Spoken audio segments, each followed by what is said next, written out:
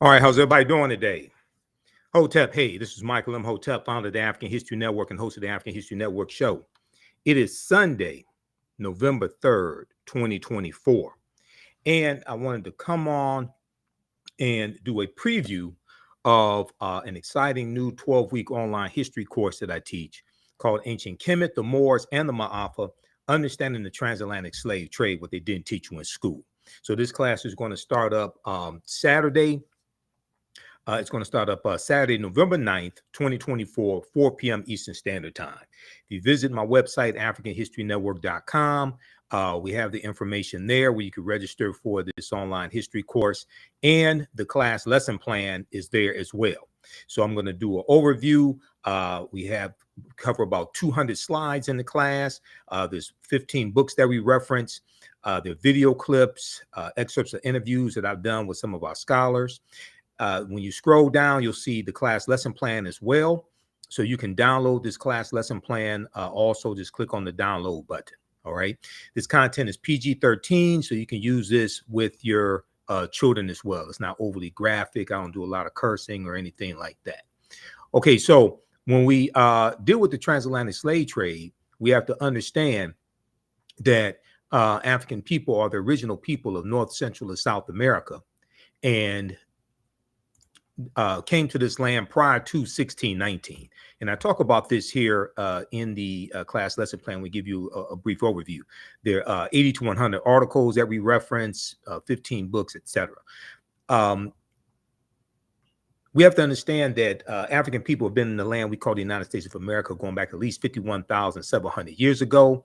One of the books that I use is from my friend who's now an ancestor, Dr. David Imhotep, who wrote the book, The First Americans Were Africans, Documented Evidence. So if we look at this, I'm going to go to the slideshow here, go to the slides. And I've been teaching this class on and off since 2017. It has expanded a lot since I first started teaching in 2017. I've been studying history 34 years now. And many of you all have seen me on either Roland Martin Unfiltered or seen my show, the African History Network show. All right, so we can't start studying our history in slavery. Even when we study the transatlantic slave trade, we have to we can't start in 1619 or in the 1440s when the Portuguese get involved.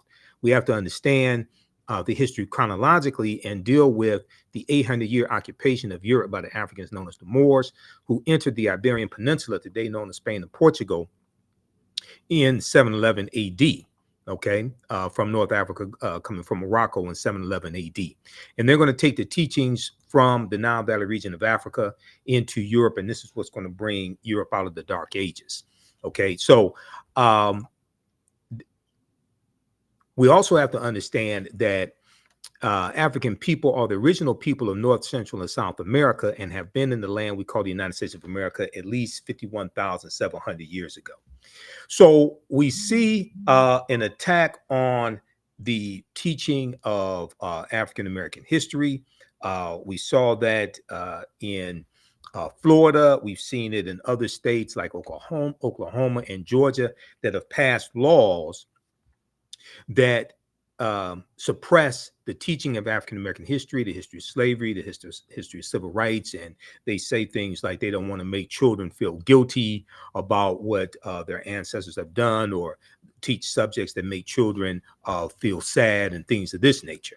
And this ties into also the book banning that we've seen coming from local school boards, but also these laws being passed at the state level, especially in former Confederate states, states that made up the Confederate States of America during the U.S. Civil War, 1861 to 1865. We've all heard about the College Board in Florida and how they rejected the African American studies class, the advanced placement African American studies class in Florida. This is an article from CNN.com. College Board hits back at Florida's initial rejection of advanced placement African American studies course and admits it made mistakes in rollout. We know that led to protests. in Florida, and also African American churches have organized in Florida to start teaching African American history in the churches. I actually did a broadcast of the African History Network show dealing with that. Okay, we've seen these laws at the state level also impact how African American History Month is celebrated in some of these states, because with these new laws, it causes a lot of times the laws are not written very clearly, and it causes apprehension from teachers because they're not exactly sure which topics they can teach and which topics they can't teach, and they don't want to lose their jobs as well. So we see a suppression many times in the celebration of African American History Month as well. This is an article from Axios.com. New rules are limiting how teachers can teach Black History Month. New rules are limiting how teachers can teach Black History Month. There was an article from USA Today that dealt with mock slave auctions, racist lessons, how U.S. history class often traumatizes, dehumanizes Black students. Okay, and this is a piece from this was from I think 2022. This article is from 2021. This article was from, and then you have another one from USA Today. Republican state lawmakers want to punish schools that teach the 1619 Project. Republican state lawmakers want to punish schools that teach the 1619 Project. So the 1619 Project coming from the New York Times and journalist Nicole Hannah-Jones. And remember, when Donald Trump was president, he attacked the 1619 Project as well. We're gonna talk about that in a minute. And then you have this piece from NBCnews.com. New Florida standards teach students that some Black people benefited from slavery because it taught useful skills. So this was dealing with the new social studies standards for middle school students, and there was a whole backlash behind that. We covered that here on the African History Network show as well. Now, one of our great Grandmaster Scholar Warriors, Dr. John Henrik Clarke, taught us that all history is a current event. Everything that has ever happened continues to happen in some shape, form, or fashion. So we go through and look at thousands of years of history. In the first class, we lay a foundation, because I know people are coming to conversations like this with different levels of understanding. So one of the things that we do, if we look here at the class lesson plan that's on our website, AfricanHistoryNetwork.com, we'll talk about Dinknesh, who Europeans call Lucy, who was Australopithecus afarensis, who dated back 3.2 million years ago, and she's known as the mother of all humankind. There's a global timeline of history that we use coming from blackpast.org. We talk about things like the Berlin Conference of 1884, 1885 as well, where these 11 European nations divide Africa up into colonies, okay? And the geographical boundaries that we see today in Africa largely comes from, is largely a result of the Berlin Conference of 1884 and 1885. I'm going to flip back over to the slideshow presentation here.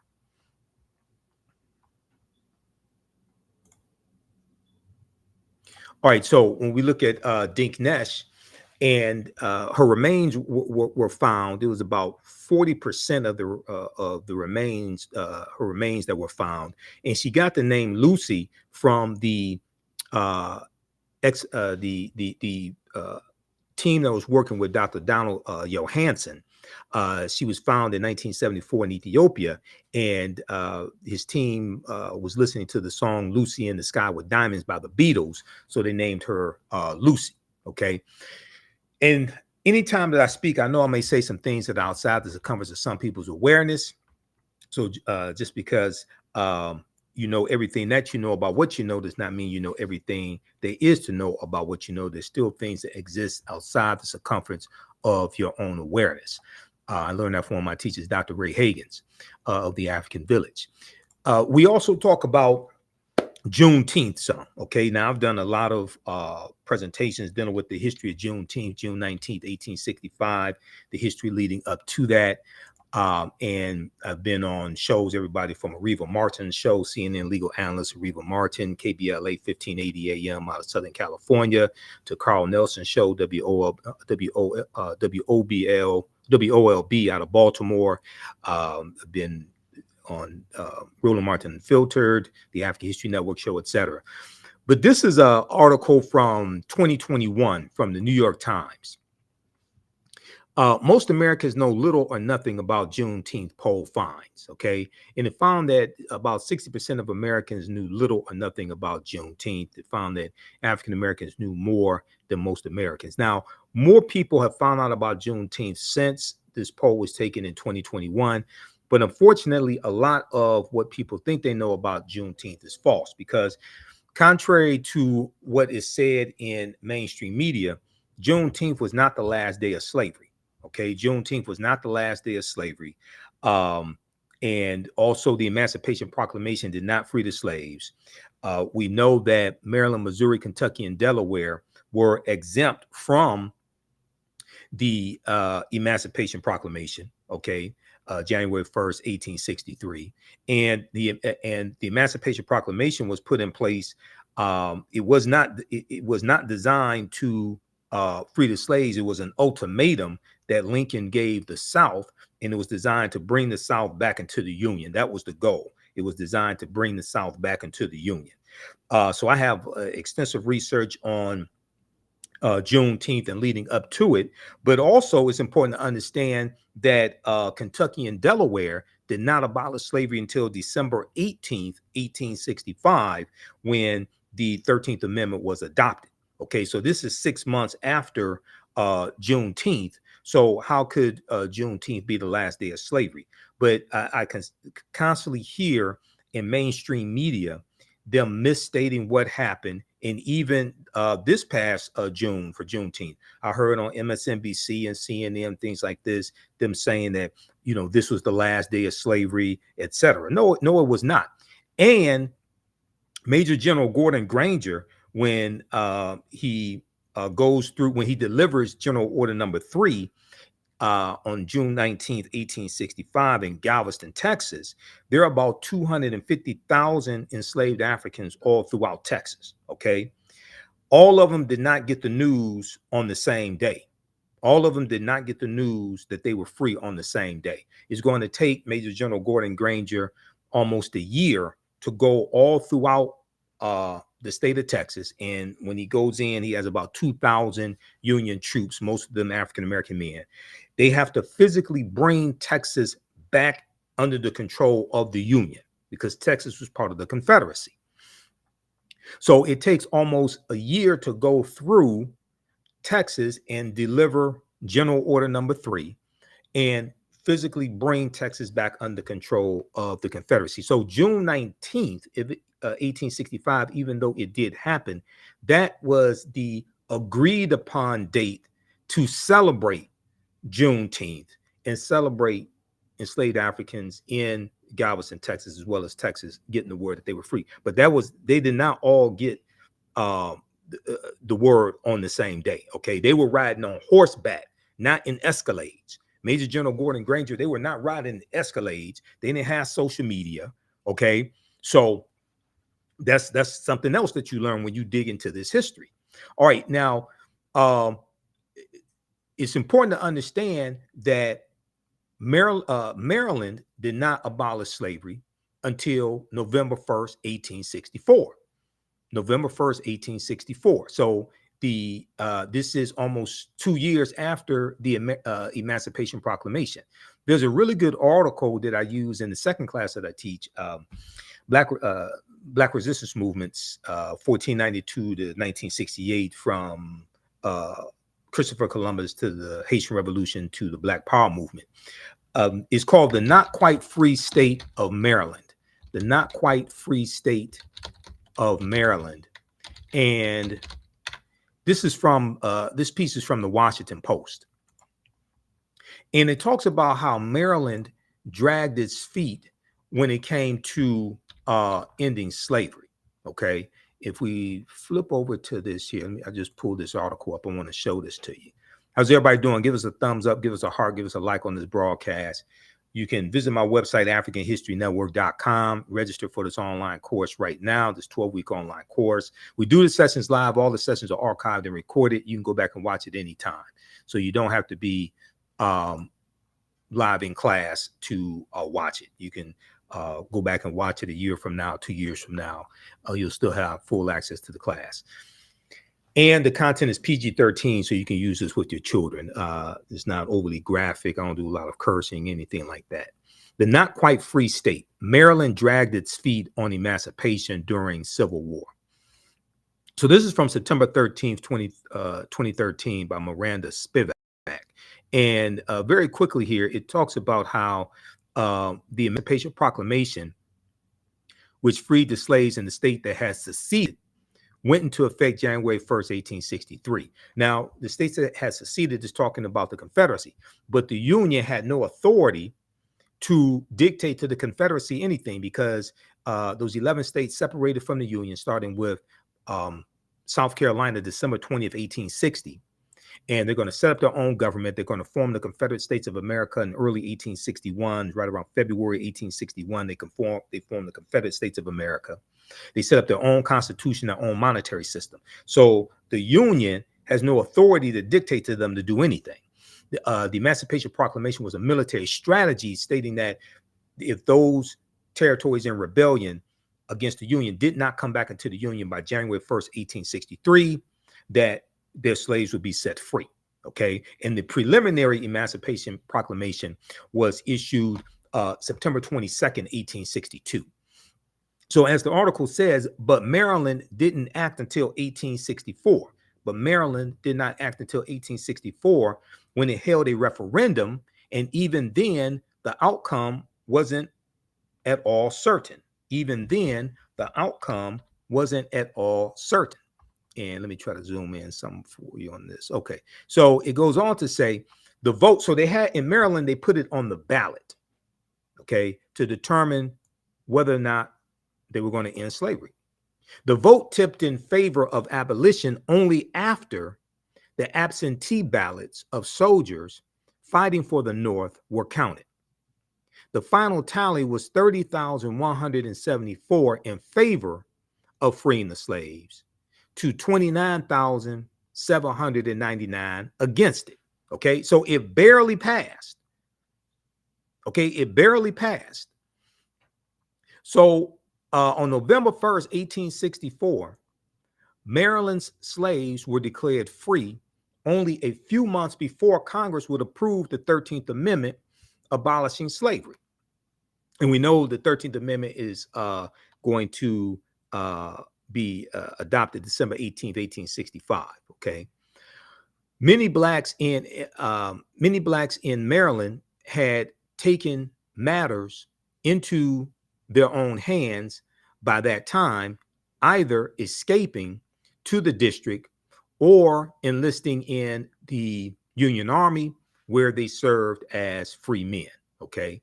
And it's going to be early in December 1865 when the 13th Amendment is going to be ratified, when Georgia ratifies the 13th Amendment. When Georgia passes the 13th Amendment in their state legislature, then you need 3/4 of the state legislatures to ratify an amendment. That's the process of passing a amendment to the U.S. Constitution. Okay, it requires, and let me pull this up here from history.com as well. Here's a piece on this. The 13th Amendment ratified December 6, 1865, when Georgia ratified the 13th Amendment.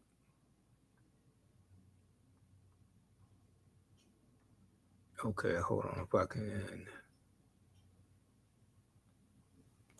Let me show you this article here. So to amend the U.S. Constitution, the bill has to pass both the House and the Senate by 2/3 majority vote, and then it has to be ratified by 3/4 of the state legislatures by 2/3 majority vote, which means the state legislatures have to vote on it as well. So this is from history.com, official website of the History Channel. We use resources and articles from a number of different sources. History.com is just one of them. On December 6, 1865, the 13th Amendment to the U.S. Constitution, officially ending the institution of slavery, is ratified.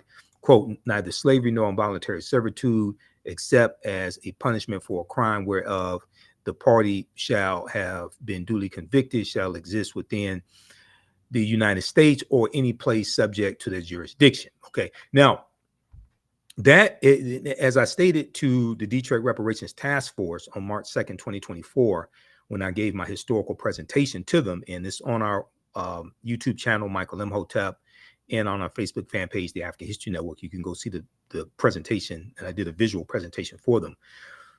This, the 13th Amendment is based upon a previous law called the Northwest Ordinance of 1787. The Northwest Ordinance of 1787. Which, contrary to popular belief, people think this was created to re-enslave African Americans. No, that's false. And if you watch the extensive interview I did with historian Dr. Darrell Scott, who's a history professor, he was at Howard University. Now he's at Morgan State University. I think he's at Morgan State now. We deal with the history of that clause dating back to the Northwest Ordinance of 1787. Okay, it's and the Northwest Ordinance is one of the main reasons why Michigan, Wisconsin, Illinois, Indiana, Ohio don't have a deep history of slavery and didn't have a large number of slaves. Part of it dealt with the climate, part of it dealt with their economy wasn't largely dependent upon slavery. Just like in Michigan, the economy was not largely dependent upon slavery, but also the Northwest Ordinance of 1787 largely abolished slavery in those areas. Okay, so, but you can watch the presentation that I did and I get deeper into it. Within these words, the single greatest change wrought by the Civil War was officially noted in the Constitution. Now, so they talk about the ratification process and give you some background information on the preliminary Emancipation Proclamation. And here they talk about the Northwest Ordinance as well. I think is Senate.gov has a good article on the Northwest Ordinance of 1787. Senate.gov is the official website of the U.S. Senate, and they have a history section there also. So when I teach this history, I take you to the history section of the U.S. Senate, take you to the history section of the U.S. House of Representatives, things of this nature. Lincoln believed that a constitutional amendment was necessary to ensure the end of slavery. In 1864, Congress debated several proposals. Some insisted on including provisions to prevent discrimination against blacks by the Senate Judiciary Committee, provided the eventual language. Okay, but the Senate Judiciary Committee provided the eventual language. It borrowed from the Northwest Ordinance of 1787, as I stated, when slavery was banned from the area north of the Ohio River. Okay, the Senate passed the amendment in April 1864. So all this was one of the problems, because in the interview that I did with Dr. Darrell Scott, we dealt with the misinformation in Dr. Ava DuVernay's, not Dr. Ava DuVernay, in Ava DuVernay's documentary 13th. And I saw the documentary when it came out, and I did a presentation here in the Detroit area at Nandy's Knowledge Cafe dealing with the origins of the war on drugs, going back to 1875 and Chinese men working on the railroads, being the anti-opium laws in San Francisco dating back to 1875. But I talked about the origins of Richard Nixon's war on drugs, because Richard Nixon declared his war on drugs, President Richard Nixon, June 17th, 1971. Okay, and we dealt with, why marijuana was made illegal going back to 1937, and Harry J. Anslinger, who was the first chairman of the Federal Bureau of the National Narcotics Bureau, the Federal Bureau of Narcotics, Harry J. Anslinger, 1937. All of that, we dealt with all that history. Okay, so, but the premise of the documentary 13th by Ava DuVernay is that you know, the 13th Amendment re-enslaved African Americans, things of this nature because of the loophole. That's false. And if you watch the interview that I did with Dr. Daryl Scott, and we're going to re-air that here on the African History Network. If you watch that interview, we got deep into that history and showed how it was false. And when people repeat that misinformation, they usually don't talk about the Northwest Ordinance of 1787 because they don't understand this history. But that's something that I explained to the Detroit Reparations Task Force dealing with this conversation. Okay, when Georgia ratified the 13th Amendment on December 6, 1865, the institution of slavery effectively ceased to exist in the United States. And then it was adopted December 18th, 1865. But Georgia became, I think it was the 27th state to ratify the 13th Amendment. So you can check this out here at history.com, which is the official website of the History Channel. 13th Amendment ratified December 6, 1865. So you have some people who say, well, it's all right to celebrate June 19th, commemorate June 19th, but we also have to celebrate December 6th, 1865. I agree. I agree with that. And when we have these celebrations around Juneteenth, and I deal with this, you know, I speak at different Juneteenth celebrations. When we have these celebrations around Juneteenth, it's all right to come together and have fun. But we have to deal with history, economics, law, and politics. History, economics, law, and politics. And we have to correct the history of Juneteenth and protect the history of Juneteenth. This is extremely important. We have to correct the history of Juneteenth and protect the history of Juneteenth. Juneteenth gives us an opportunity to force into a national conversation a history that Republicans especially are passing laws in state legislatures to suppress the teaching of that history in schools. Okay, so Juneteenth gives us an opportunity to do that and correct the misinformation in the media and educate people on this history. And the way you treat a people is largely based upon what you think about a people. What you think about a people is largely based upon what you've been taught about a people. What you've been taught about a people is largely based upon everything you've read, heard, and seen about a people. So this is why Dr. Carter G. Woodson, who co-founded the Association for the Study of Negro Life and History in 1915, and who created Negro History Week in 1926, which became Black History Month. This is why he said the history of African Americans had to be taught in every school across the country, not just in schools that we attended. But he understood that everybody had to learn our history. And if you have seen the interview that I did in early 2024 with my friend Professor Manu Ampem, dealing with ancient African civilizations, one of the topics we got into was dealing with the history of Dr. Carter G. Woodson and his research on Africa, but also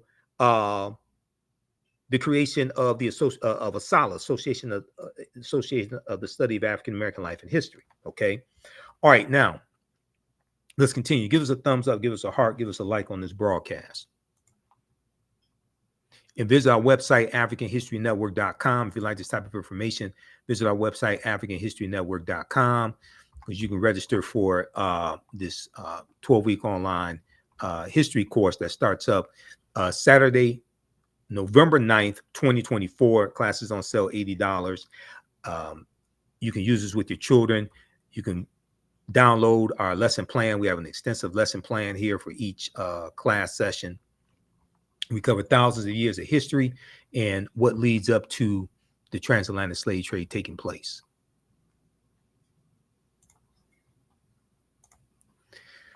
All right, let's continue here. I'm going to go back to the PowerPoint presentation.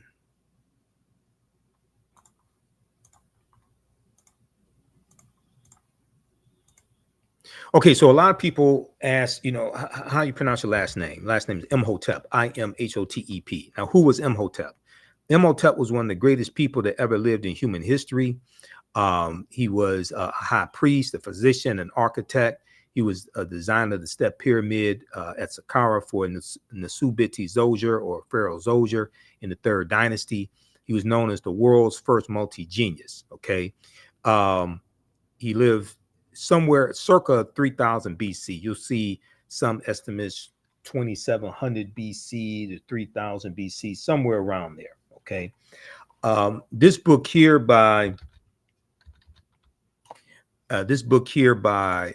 Malefi Keti Asante, who I also interviewed in 2023, my friend Dr. Malefi Keti Asante, who's a history professor at professor of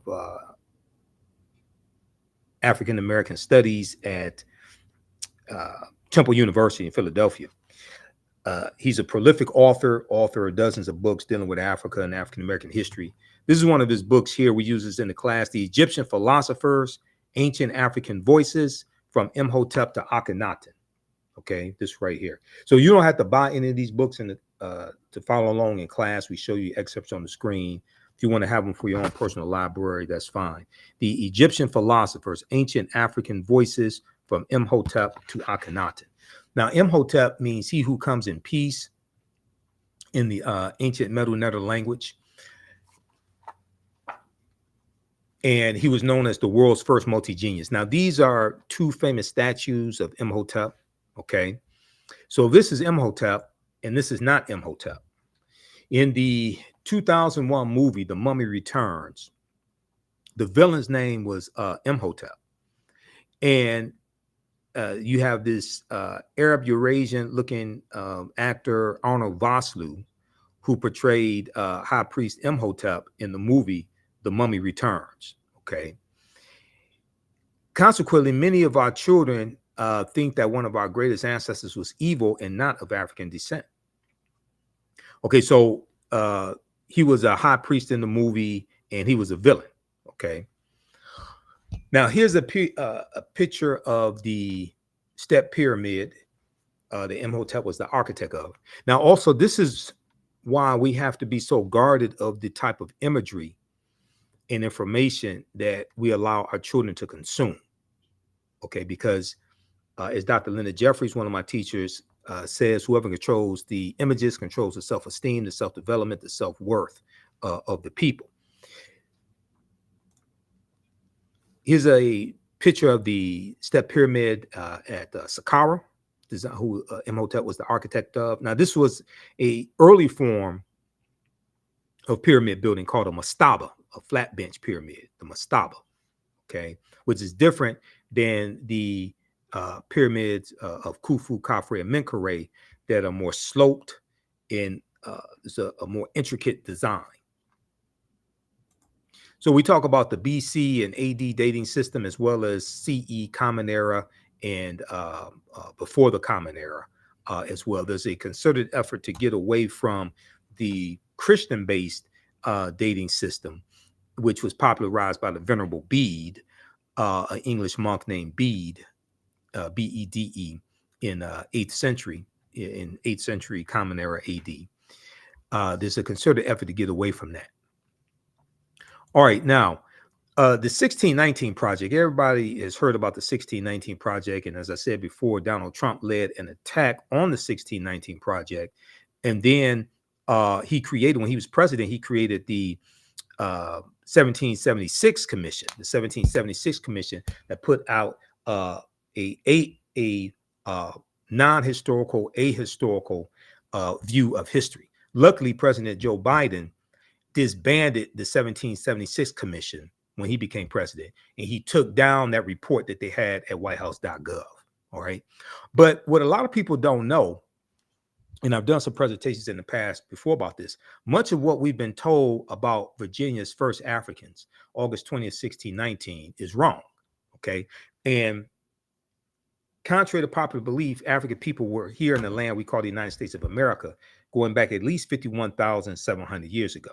Now, this is not saying Native Americans didn't exist, anything like that. No, that's not what I'm saying. I'm saying there were African people here before the people who we call, there were African people here before the people who we have been taught to call Native Americans. All right. We'll get to that in just a minute. So this is a historical marker at Fort Monroe in Virginia, and it notes the arrival of the first Africans in Virginia. This is from the Virginia Department of Historic Resources. There's a good article from VirginiaMercury.com from August 11th, 2019, called Much of What We've Been Told About Virginia's 1619 First Africans is Wrong. Much of what we've been told about Virginia's 1619 First Africans is wrong. And, you know, when we had that 400 year anniversary or commemoration in 2019, I did a series of interviews with Dr. Leonard Jeffries, Professor James Small, Dr. Wade Nobles, and Dr. David Imhotep. Okay, so those are on our YouTube channel, Michael Imhotep. I'm gonna dig into our archives and edit those and rebroadcast those also, because I have hundreds of shows that I've done over the past 14 years that I've been doing the African History Network show. Some interviews I've forgotten about, some topics I discussed that I've forgotten about, and I go through and see the videos on YouTube or on Blog Talk Radio, etc. In my archives. I was like, wow, I totally forgot about that. But most of them I do remember. So there's a good article from the Washington Post that deals with 1526. And this is something I talk about in my lectures, how people will talk about 1619, but they won't discuss 1526 because the Spanish were taking Africans into the territory we call South Carolina and Georgia, the South Carolina, Georgia area, 93 years before 1619, 93 years before 1619. There's a good article from the Washington Post called Before 1619, There Was 1526. The mystery of the first enslaved Africans and what became the United States. And in this article, it talks about how Spanish explorers brought 100 slaves to a doomed settlement in South Carolina or Georgia. Within weeks, the subjugated revolted, then vanished. Okay. I want to pull up the article from the Mercury News. I want to pull that one up because I hear a lot of people saying that Africans first came to this land in August 20, 1619. Okay. And even though that did happen, usually they don't talk about the fact that this was our land stolen from us and we were here going back at least 51,700 years ago. I'm going to come to that in just a minute. But let's look at this article here from VirginiaMercury.com. Much of what we've been told about Virginia's 1619 first Africans is wrong. Much of what we've been told about Virginia's 1619 first Africans is wrong. So this is a good article by Rex Springston, August 11th, 2019. And I'm just going to share an excerpt of it, okay? In this piece here, it talks about what really happened, okay, in 1619. In late July or early August that year, historians say 2 English privateers, pirate ships, little more than pirate vessels, but operating with government sanction, attacked an overcrowded Portuguese slave ship en route to Veracruz in the Gulf of Mexico and stole about 60 enslaved Africans. So the Portuguese slave ship was called the San Juan Batista, and they captured about 350 Africans from Angola, okay, and put them on the San Juan Batista. And there were 2 English pirate ships, the White Lion and the Treasurer. They're going to hijack the San Juan Batista and take about 60 African captives. Okay, about a third of them had died on the brutal voyage. About a third of the 350 captives had died on the brutal voyage. In late August, one of the English ships, the White Lion, Lion, the White Lion, showed up at Point Comfort at the mouth of the James River in present-day Hampton, Virginia, and sold perhaps 30 Africans for desperately needed supplies. So it would say 20 and some odd. So around 20, maybe 30, but 20 and some odd Africans. Was that the beginning of slavery in the New World? No. Historians say the Spanish had enslaved Africans in present-day Latin America for more than a century. The beginning of slavery in what became the U.S. Was this the beginning of slavery in what became the U.S.? No. The Spanish took enslaved Africans to a settlement in the present-day Carolinas in 1526. Okay, the Georgia, South Carolina area in 1526, as I just stated. That's 93 years before 1619. These African slaves rebelled and the settlement failed.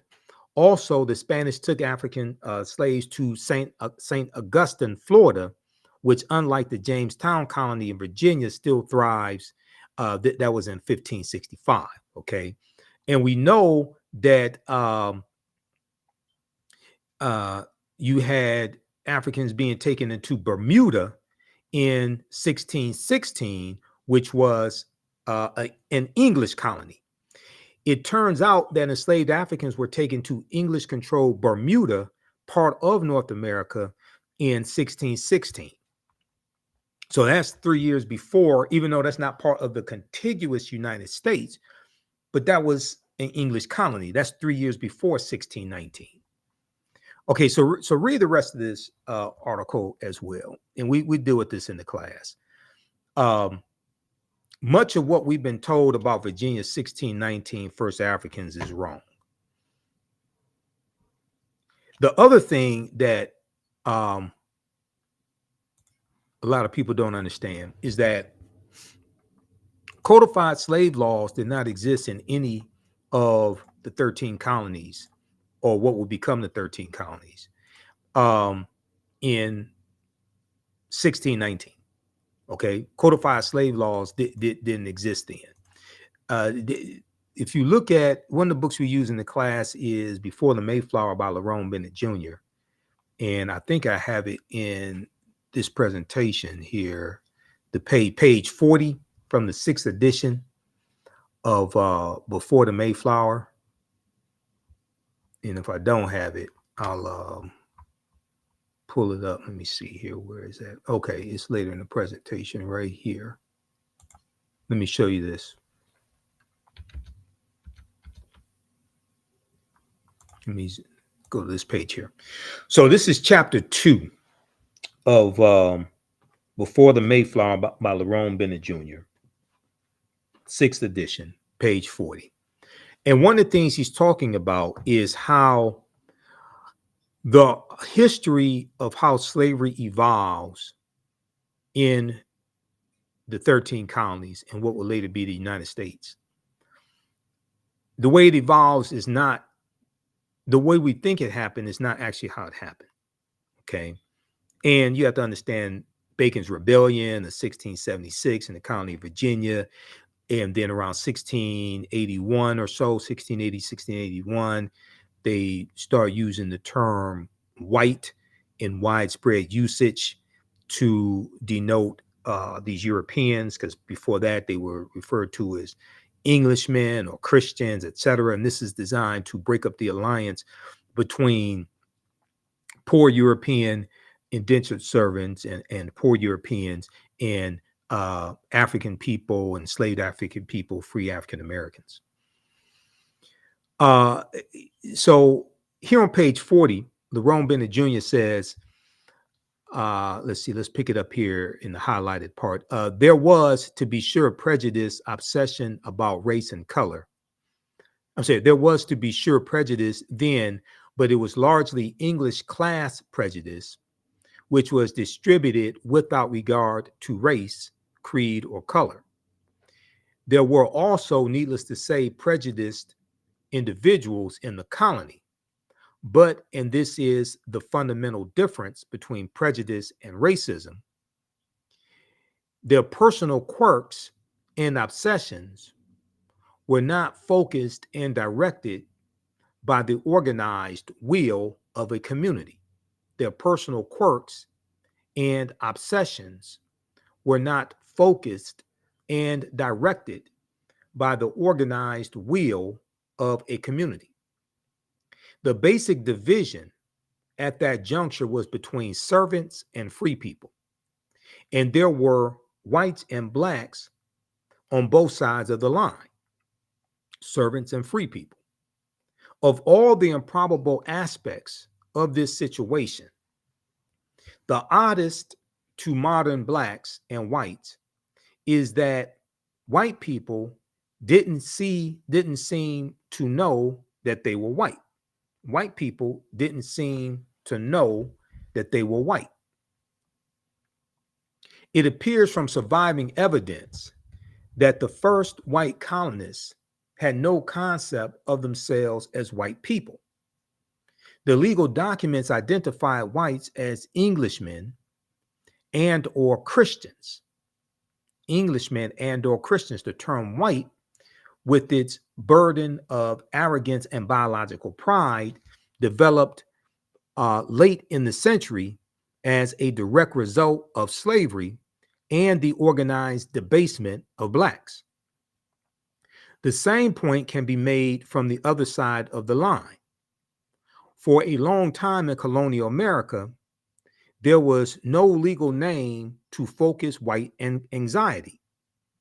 The first blacks were called blackamoors, Moors, Moors, Negers, Negers, and Negars, Negars. The word Negro, a Spanish and Portuguese term for black, did not come into general use in Virginia until the latter part of the century, the latter part of the 17th century, which are the 1600s. Okay, so this is from page 40 of Before the Mayflower by Lerone Bennett Jr. Okay, and then you have to understand Bacon's Rebellion also to understand this, and we deal with Bacon's Rebellion in the class as well. And actually, let me show you this here. Okay, I have it. I forgot that I have. I scanned this and have the PDF. So this is what I show you in class. I'll show you. I'm gonna zoom in. I'll go through this again. I'm gonna zoom in on this. Okay, so you should be able to see this better. Sorry about that. Okay, so this is from page 40 of Before the Mayflower by Lerone Bennett Jr., 6th edition. Okay.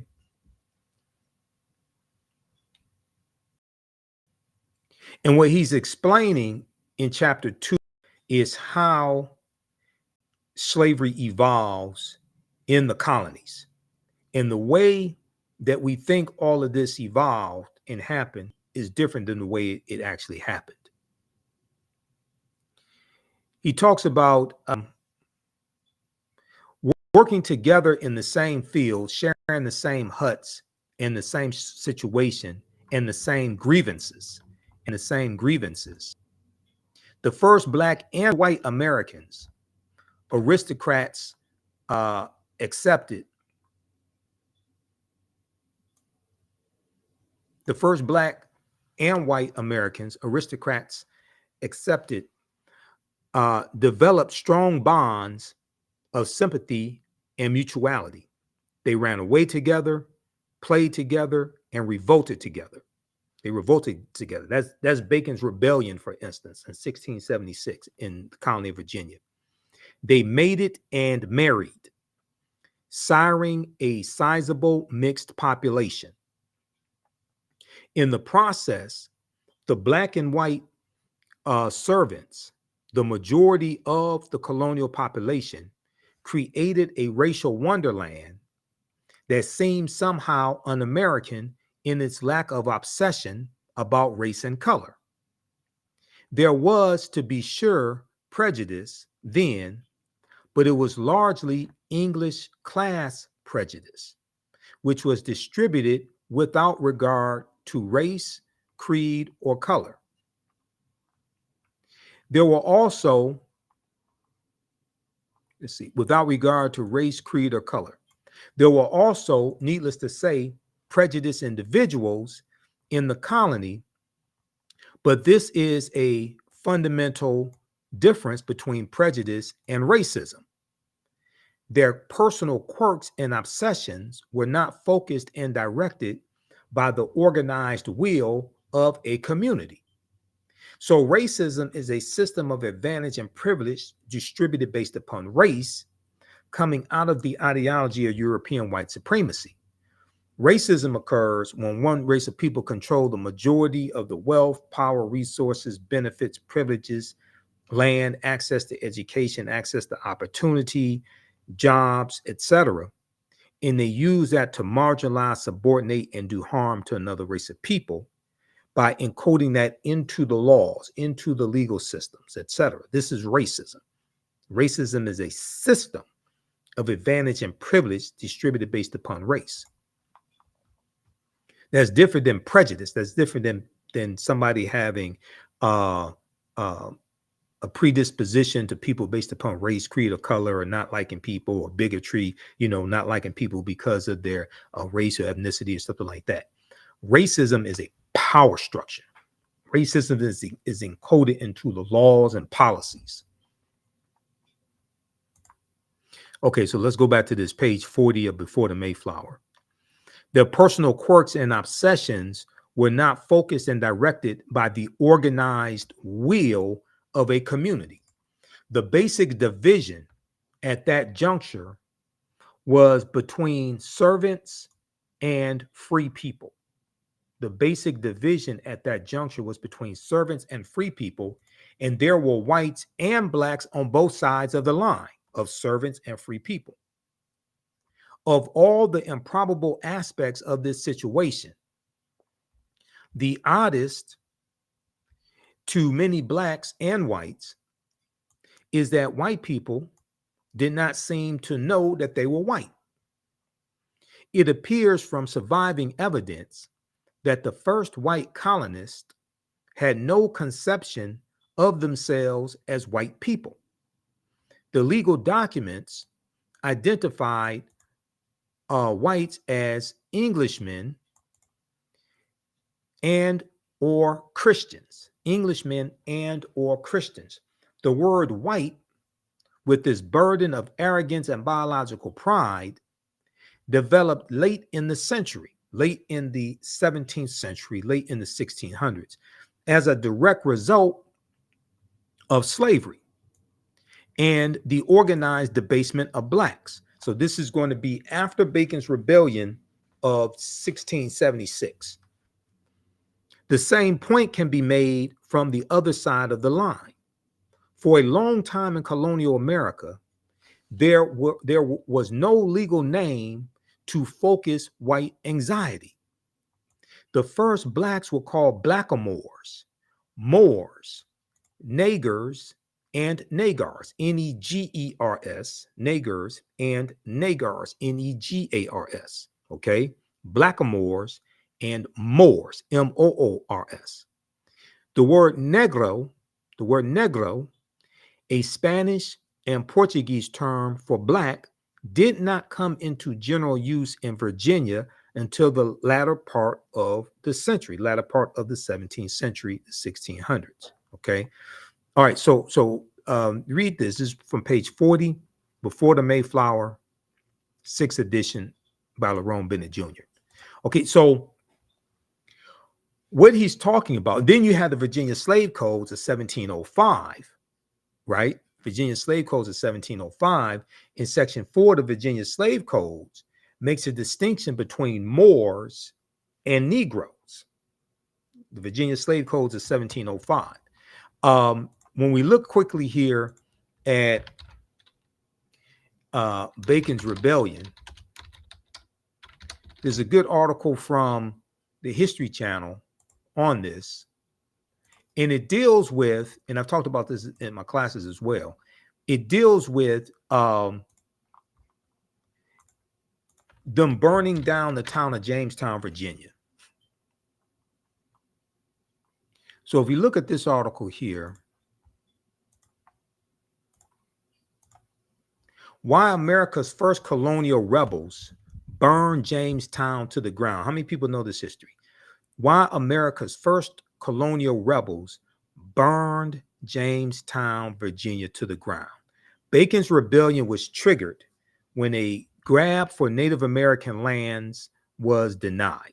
This is from October 10th, 2023. It was updated, originally August 2nd, 2019, by Aaron Blakemore for history.com. Excellent article.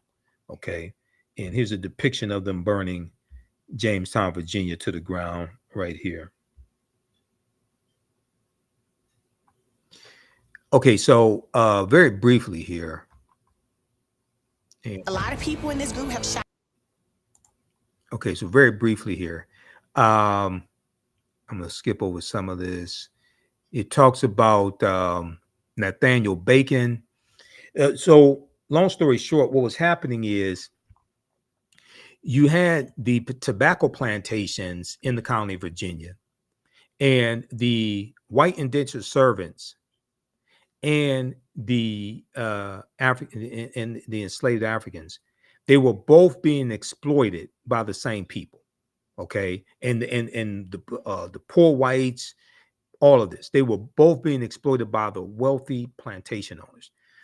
At the time, wealthy settlers had built profitable tobacco plantations and used their crops to pay high colonial taxes. But for poorer Virginians, times were lean. Only people who owned land could vote, and the indentured servants and poor Virginians who did not felt disenfranchised. Poor farmers had been hit hard by falling tobacco prices, and many on the borders of the colony's frontier wanted to expand westward. There they faced threats from Native Americans intent on protecting their ancestral lands. When the colonists called on their governor for military support, he refused. Okay, let me fast forward to this. Okay. Okay, so they talk about Nathaniel Bacon, and let's go here.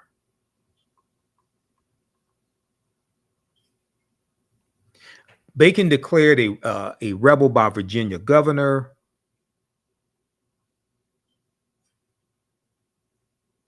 In response, Governor Berkeley declared Nathaniel Bacon a rebel and scheduled elections for a new assembly to solve the problem for good.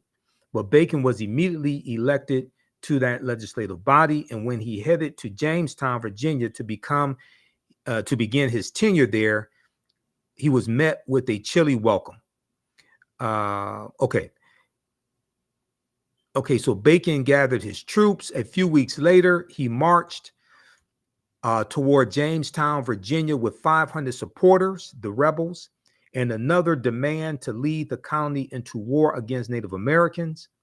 As Nathaniel Bacon's men stood off with Governor Berkeley's men, the governor opened his shirt and showed Bacon his bare chest. Quote, "Here, shoot me," yelled Governor Berkeley, daring Nathaniel Bacon to shoot. Instead, let me see, what the hell, where did that go? Okay, instead, Nathaniel Bacon retreated, traveling throughout Virginia, recruiting other disgruntled rebels. Let's see here. Okay. In response, Nathaniel Bacon and his men rushed into Jamestown, Virginia, burning and pillaging as they went. On the night of September 19th, they torched the entire town, burning it to the ground. This is the entire town of Jamestown, Virginia. On the night of September 19th, they torched the entire town, burning it to the ground. As the embattled governor fled, Nathaniel Bacon's supporters terrorized what remained of the town and the governor's supporters. Okay. Now, I don't know if this was the inspiration for the song, the roof is on fire. We don't need no water. You know, you remember that song? I don't know if if Bacon's rebellion and them burning down the town of Jamestown, Virginia was the inspiration for that. Maybe it was. I don't know. Okay. But what's going to happen is this is going to cause a drastic shift in the history that we still feel today. How Bacon's rebellion planted the seeds of race-based slavery. In the aftermath of the rebellion, white planters reacted with alarm to the anger they had seen among the Black Virginians who had joined Bacon's rebellion, because they realized the white indentured servants, poor whites, enslaved African Americans, free African Americans, they all realized that they were being oppressed by the same people, the wealthy elite there in Virginia, the tobacco plantation owners. They realized they had a common enemy, and they all united against their common enemy. Quote, the planters had not been able to control this rowdy labor force of servants and slaves, end quote, historian Ira Berlin told PBS.org, Public Broadcasting System. But soon after Bacon's rebellion, they increasingly distinguished between people of African descent and people of European descent. They enact laws which say that people of African descent are hereditary slaves. So it's going to be after Bacon's rebellion that they're going to institute what we call chattel slavery, in that you are enslaved for perpetuity. Prior to that, as I stated earlier, codified slave laws didn't come into existence until 1641 in colony of Massachusetts. Okay, and then other colonies are going to adopt it. You know, and prior to that, you were an indentured servant for 3 to 5 years, something of that nature, right? So this whole thing is going to evolve. Bacon's rebellion is going to expedite this, and it's going to cause a shift. And then you're going to have the Virginia Slave Codes of 1705. Okay, now planters feared that their white indentured servants could do. They feared what their white indentured servants could do, so they slowly eliminated the system of indentured servitude, relying instead on enslaved Black people, enslaved Africans, to work their plantations. Also, in about 1680 in England, the economy in England improves, so there is a declining amount of people willing to come to the colonies to enter into indentured servitude as well. So you start having a labor shortage. Okay, so now they're shifting more towards African people for slave labor, and they're developing more laws surrounding slavery. Planters feared what their white indentured servants could do, so they slowly eliminated the system of indentured servitude, relying instead on enslaved African people to work their plantations. Backlash from Bacon's rebellion is credited with helping kick off the racial distinctions that defined the colonies and the United States that followed. And we're still dealing with the consequences of the backlash to Bacon's rebellion to this day. Okay, read the rest of this article here. Okay, why America's first colonial rebels burned Jamestown to the ground. Okay, this was Bacon's rebellion. The article could be subtitled "The roof is on fire," you know, but I guess they didn't want to. I guess they didn't like that title. I told them that's what you should call it, but I guess they didn't like that. So it is what it is. Okay. All right. How's everybody doing? Give us a thumbs up, give us a heart, give us a like on this broadcast. You can register for this 12-week online history course that I teach at our web. You can register at our website, AfricanHistoryNetwork.com. We deal with thousands of years of history and what leads up to the transatlantic slave trade taking place. And then we go through and analyze the transatlantic slave trade as well. It's called Ancient Kemet, the Moors, and the Ma'afa, Understanding the Transatlantic Slave Trade, what they didn't teach you in school. Class number 1 starts Saturday, November 4th, 2024, 4 p.m. Eastern Standard Time. So we do the classes live. All the sessions are archived and recorded. You can go back and watch it anytime, okay? Click right here to register here for it. You can use this content with your children as well. I would say it's PG-13. It's not overly graphic. We won't do a lot of cursing, anything like that. It's interactive. You can ask questions. We have a live text chat. You can see me, I can't see you, so you don't have to worry about, you remember during COVID and everybody was on Zoom going to work, and you're at home, you got your pajama bottoms on, but you got a suit on top or something like that, or a blouse on top. Okay, so you can wear whatever you want to wear. Okay, I don't take attendance in the class, anything like that. Download the class lesson plan here as well. I'm going to post a link here. So you can register for the class. It's at our website, AfricanHistoryNetwork.com. Also, follow me on our Facebook fan page, The African History Network, The African History Network. My YouTube channel, Michael Imhotep, Imhotep. And on Instagram, Michael Imhotep as well.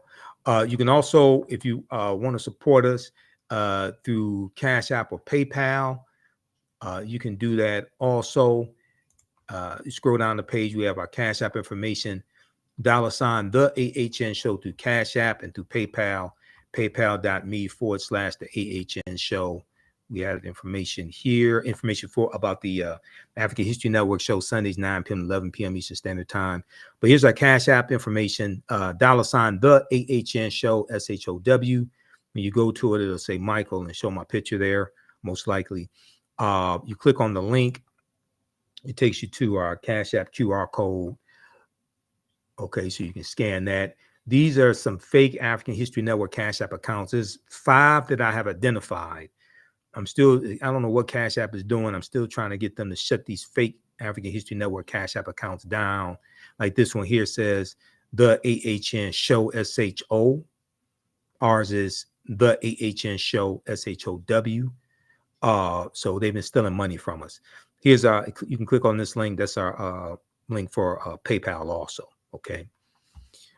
All right, let's continue here.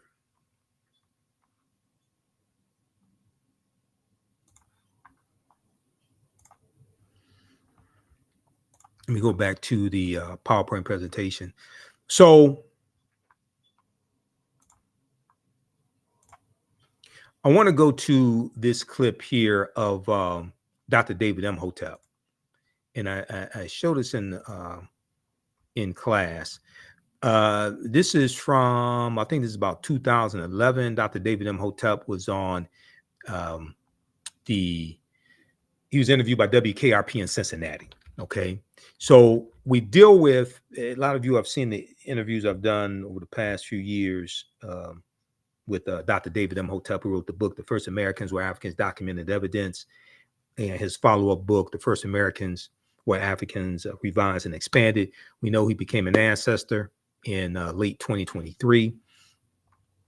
But his book deals with 713 footnotes. It's backed up by 7 peer-reviewed articles. And on page 14 of his book, he talks about how evidence of an African presence 51,700 years ago in a campsite in Allendale County, South Carolina, was discovered by Dr. Albert Goodyear, who's an archaeologist at the University of South Carolina. They found 13 different types of evidence that thoroughly document an African presence in the land we call the United States of America, going back at least 51,700 years ago. So they found artifacts, architecture, campsites, carvings, Egyptian writings, footprints in lava, genetic M174D haploid groups dealing with DNA and genetics, linguistics, paintings, skulls, skeletons, structures, and tools.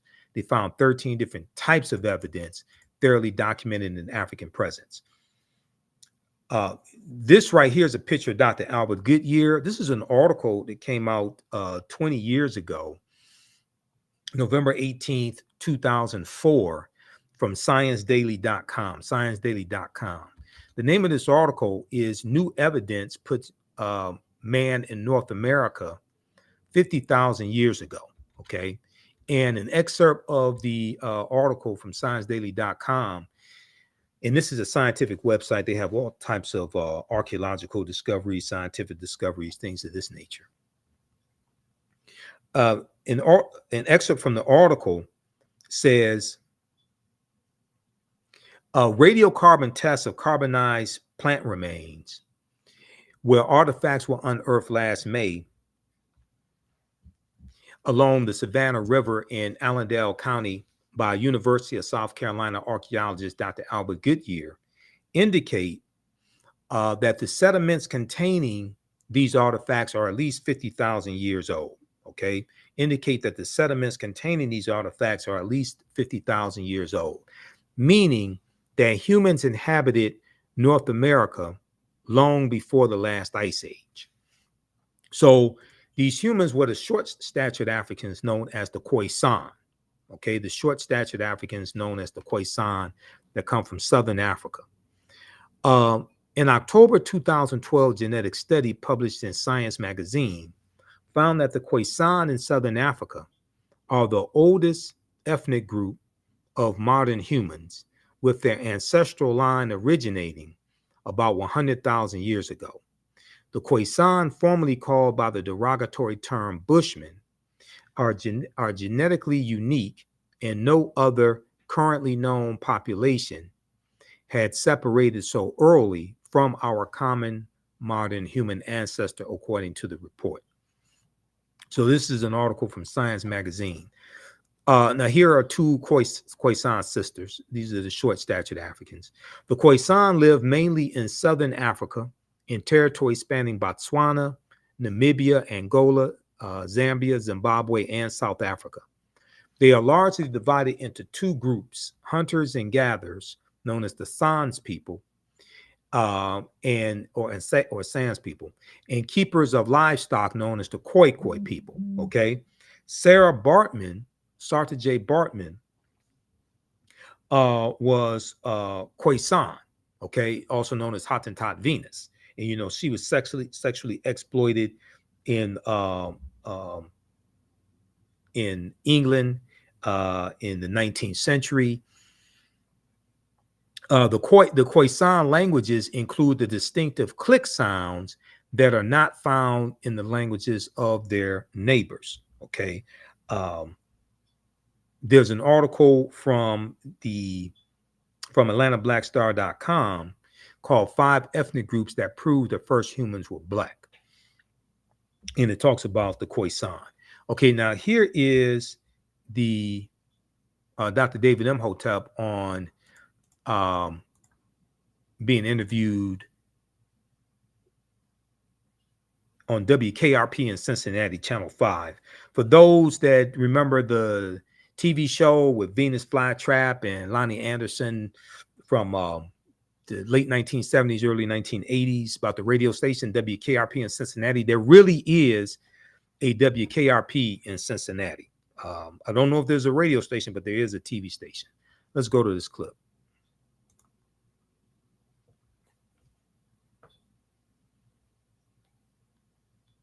WKRP in Cincinnati.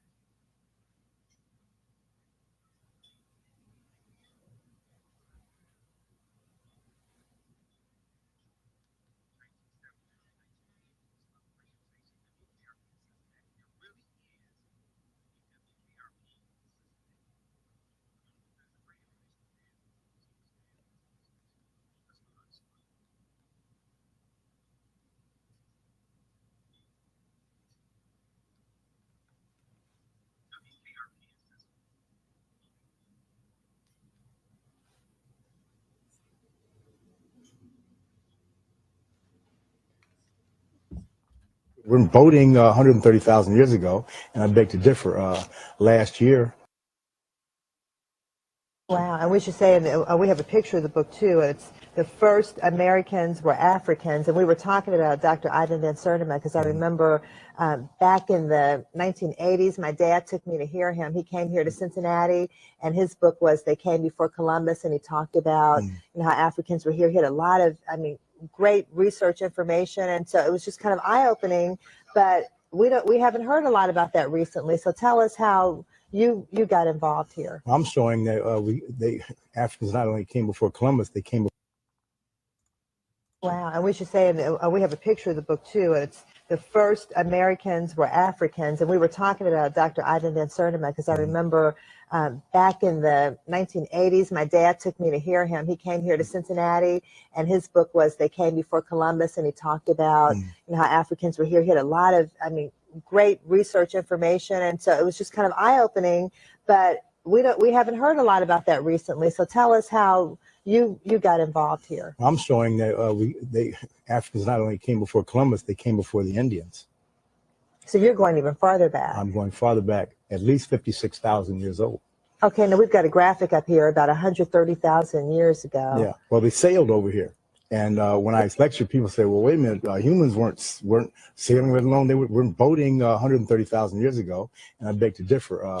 Last year, New York Times quoted the BBC, and they wrote an article on how in Crete they have found a stone industry of stone tools dating back to at least 130,000 years. And Crete has been an island in the middle of the Mediterranean for 5 million years. So they had to sail, and it was a continuous civilization, which means they were going back and forth. They knew how to navigate. So if they got to Crete 130,000 years ago, it's easy 70,000 years later that they could make it to the Americas at 56,000 years ago. Right. That's really, now how did you even get back to this research? I mean, this is just, did you start by reading They Came Before Columbus, and then you expanded on that research? Yes. You see, that was 36 years ago, Dr. Van Sertima's book came out, and this information is piled on for 36 years. So many different things, so many cutting edge articles and things have been found since then. Yeah. And so, what's the reaction you get when you talk about how Africans came here even before Native Americans? People are amazed. They're shocked. They're shocked. First come shocks, and then they're smiling, and some frown, of course. And then, and what about the school systems? Because, have we gotten this information to the educational system? Not yet. The book has only been out for a month and a half. And what kind of feedback are you getting though when you go around and talk about this? I mean, I'm assuming you're doing lectures around the country. Yeah, well, I always bring my peer-reviewed articals. Okay. Because my thesis, which is the same as my title, "The First Americans Were Africans," is backed up by 7, soon to be 8, peer-reviewed journal articles, which is the height of academia. Wow. And so you've got credibility. I mean, people can see this research. What do you think? Do you think this is going to change history at all? Well, for hundreds of years in Europe, people thought the world was flat, and it took a while for them to be able to say the world was round in order to go out there and navigate and see that it was indeed round. So it's going to take a little while for them to get around this, but it will happen. And so what part of Africa were the Africans from who came to Brazil? Well, the DNA, the Genome Project found that the earliest ones, the ones that they found in Tierra del Fuego, in the very tip of South America in 1874, 1876, were the short Africans, the Khoisan, who spoke with clicks like that. The Gods Must Be Crazy did a movie on that. Yeah, I remember that. Yeah. Yes. So they have about the Coca-Cola bottle that fell in. Yeah. Yes, they have the oldest DNA and the oldest language on the planet, and they were all over. Oh, wow. All over all 3 Americas, as well as Asia. Well, have they done any DNA tests in Brazil to see that? Yes, they have. The Genome Project went all around the world. There are 100,000 people participated. Wow. Taking DNA swabs. And so first we know that it's possible to get over here by canoe. And second of all, the DNA from that group of Africans is in Brazil. The most important thing, not to forget to ask me, well, I will tell you that, where do the Native Americans come from? Well, we've always been taught that they came across the Bering Straits from Asia. This is true, but they did not come until 3000 BC. There is no evidence of them coming before 3000 BC. So for 53,000 years, there were nothing but Africans in North, Central, and South America. Wow. When they come over 3000 BC, those two groups, the Africans and the Mongolians, get together, the Asians, get together, and their children are the Native Americans. Wow. This is why the Native Americans do not look Chinese. They are a little different than Chinese. Right. Oh, that's, you know what? I mean, we need to learn. It makes a lot of sense, yes. Dr. Imhotep, and we need to learn our history. All right. So that's an excerpt of that interview. And I interviewed Dr. David Imhotep, I think about 13 times on the African History Network show. Okay, so as I said in the beginning, there's a concerted effort to suppress the teaching of certain types of history in school. History of slavery, civil rights movement, different aspects of African American history, etc. And this is part of Project 2025 to attack diversity, equity, and inclusion, to dismantle the Department of Education. Chapter 18 deals with dismantling the Department of Education. I've actually been on some panels recently talking about Project 2025. So there was on October 18th, 2024, Donald Trump was on Fox and Friends, okay? And he's talking about dismantling the Department of Education. I'm going to show you this clip because I put together a video dealing with this. And it's important for people to understand Project 2025 is let me just show you this here, and I'm going to show you this clip, okay? It's from the Heritage Foundation, okay? I was talking about Project 2025 in 2023 because I found out about it in September, at least by September 2023 on Ali Velshi's show on MSNBC, okay? And then I went back and looked, and I saw some clips going back even to August of them talking about Project 2025. I saw those as well. But I definitely remember September 2023. And he was talking about the Heritage Foundation. I already knew about the Heritage Foundation and Paul Weyrich, who co-founded the Heritage Foundation in 1973. He founded the Heritage Foundation in 1973. But Project 2025 is called Mandate for Leadership, the Conservative Promise. Mandate for Leadership, the Conservative Promise. It was released in April 2023 by the Heritage Foundation, okay? For a lot of people, this was the first that they heard about the Heritage Foundation. And this was the first that they heard about Mandate for Leadership. The Heritage Foundation has been issuing Mandate for Leadership going back to 1981. Now, this website is from the Heritage Foundation. Just so you know, you can scroll all the way to down to the bottom at project2025.org. It tells you copyright the Heritage Foundation 2023-2024. Okay. So the Heritage Foundation has been issuing their Mandate for Leadership going back to 1981 and for the Reagan administration. And they talk about how the Reagan administration adopted 64% of the policies that they of the policy proposals that they made. That is on page, I think, 885 of Project 2025. And let me switch over, because when you go to this website, you can actually download a PDF of Project 2025. You can download the full, it's a PDF of the full 922 pages. And let me find something here, because I have the PDF here. I want to show you this here. I want the full thing though.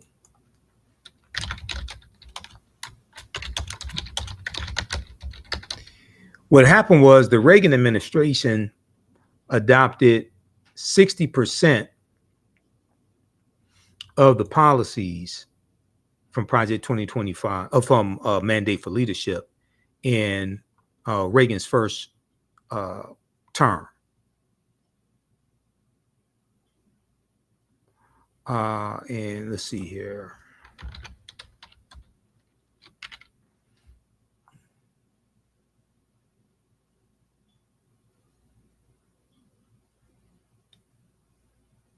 If we look at this article from the Heritage Foundation's website, heritage.org, and I'm going to actually pull up Project 2025 here. Hold on. I'm going to pull up the actual PDF.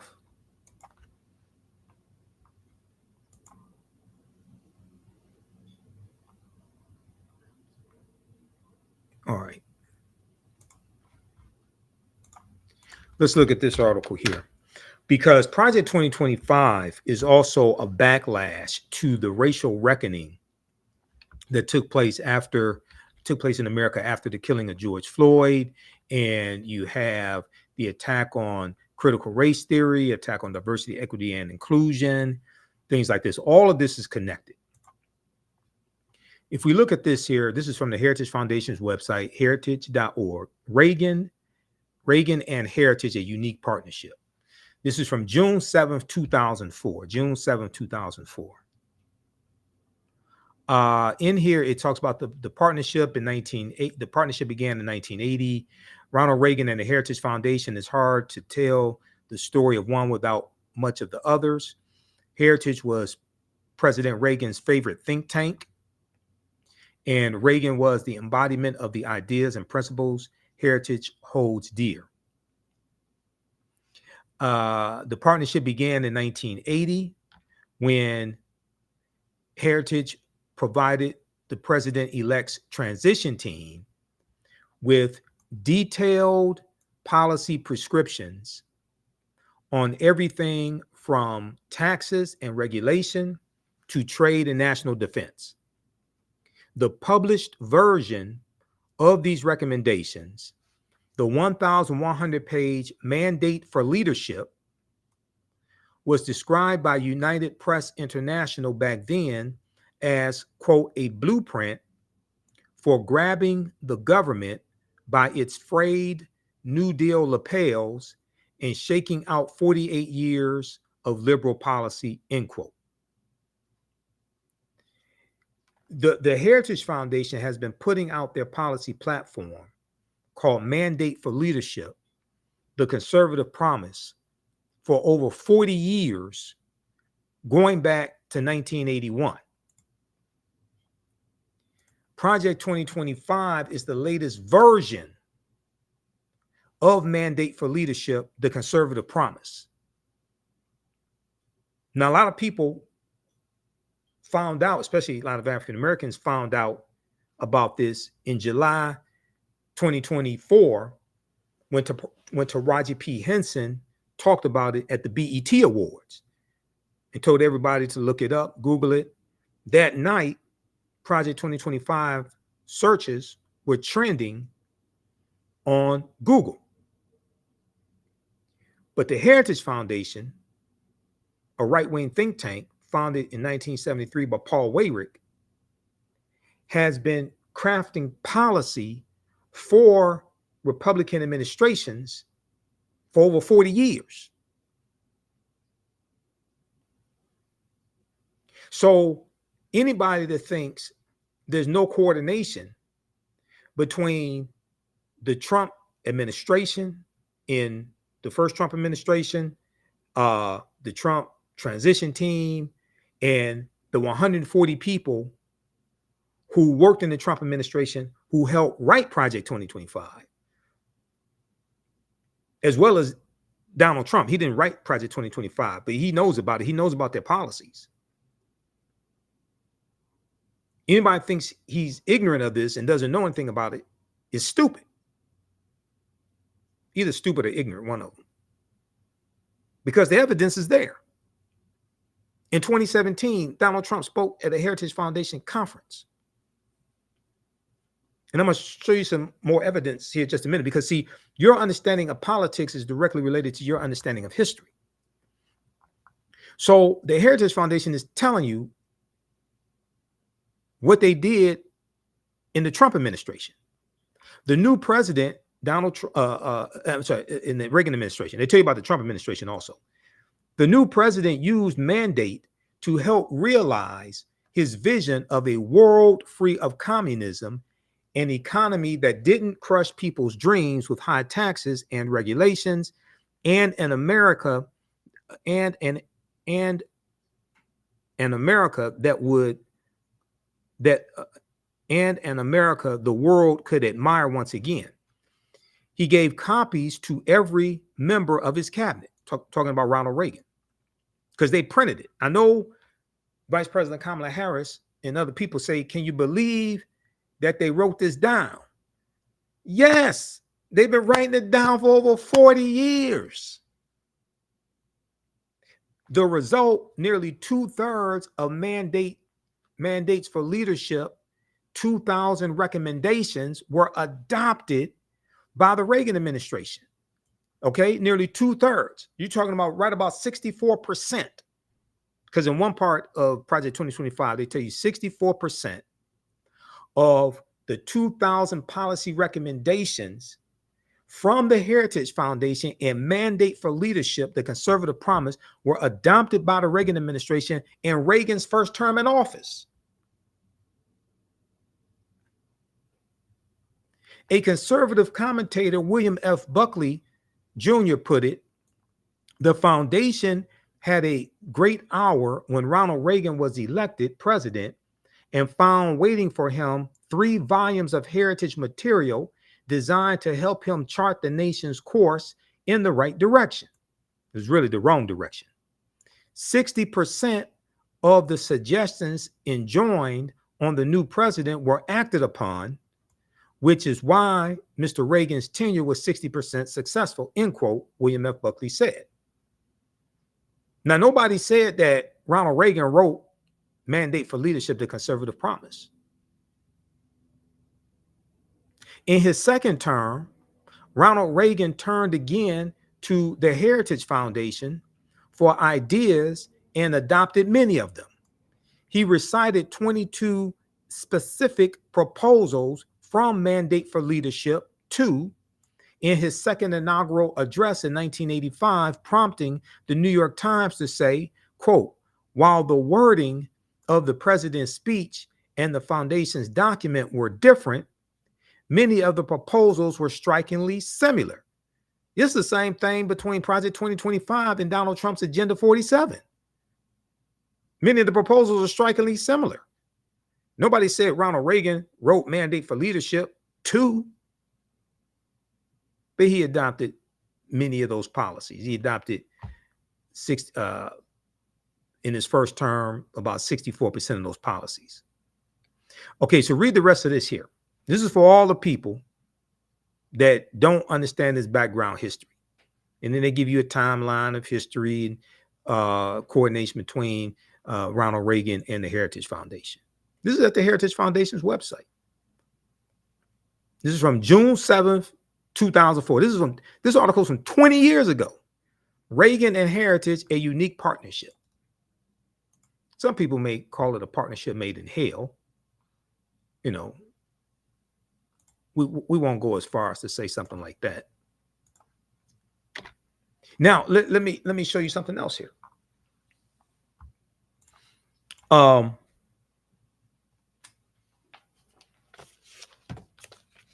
I want to show you this piece here. Where is that? This deals with Trump and Project 2025. Where is that?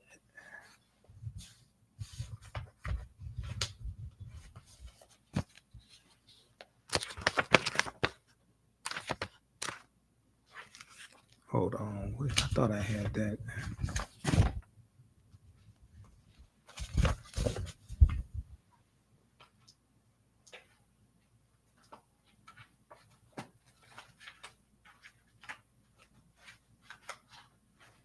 Hold on, let me find this. I thought I had it here with the other ones.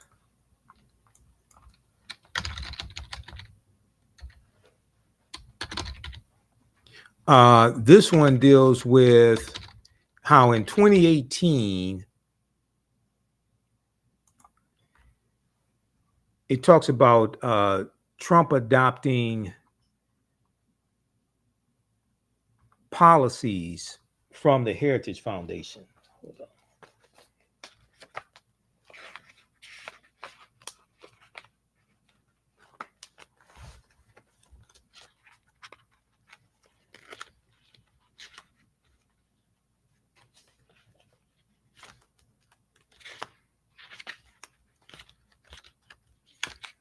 Where is that?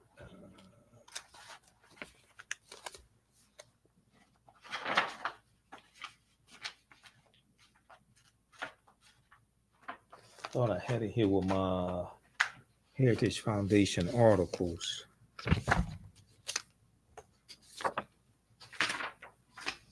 This is it.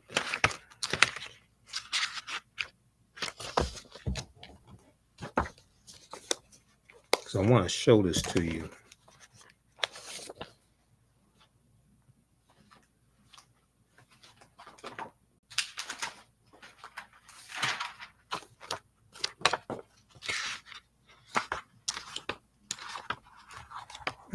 Hold on, I'm gonna have to pull up a different one. What to know about the blueprint? It is Heritage. What is that? Hold on, let me find it a different way. Here is Project 2025.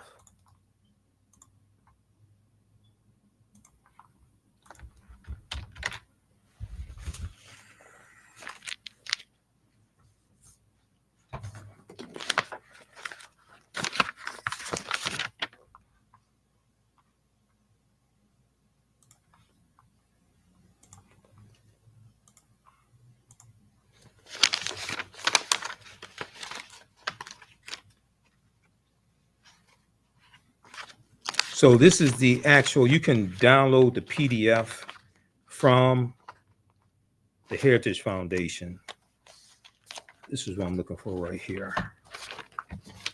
And you see it's called Mandate for Leadership, the Conservative Promise, just like the other versions that they've been doing for over 40 years are called Mandate for Leadership, the Conservative Promise.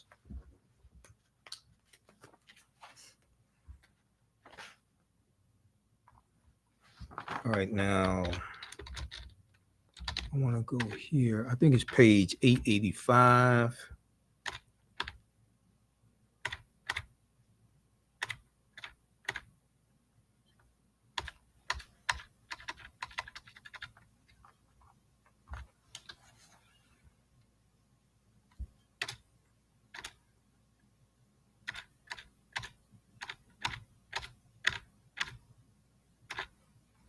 Let me look at something here.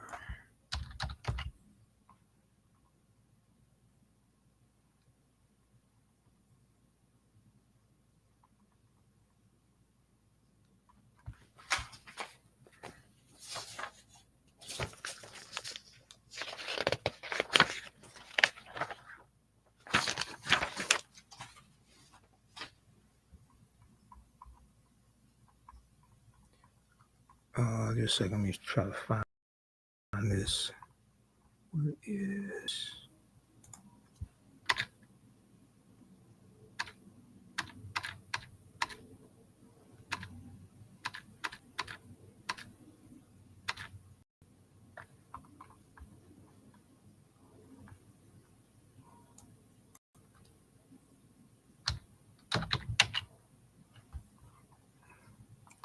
I have to come back and try to find that. And I think I printed that stuff up too. But I'm not sure which page that is.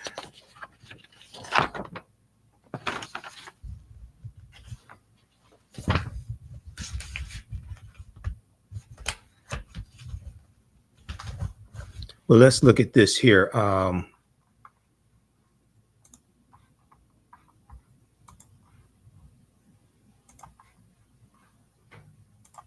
The article I was looking for is called Trump Administration Embraces Heritage Foundation Policy Recommendations.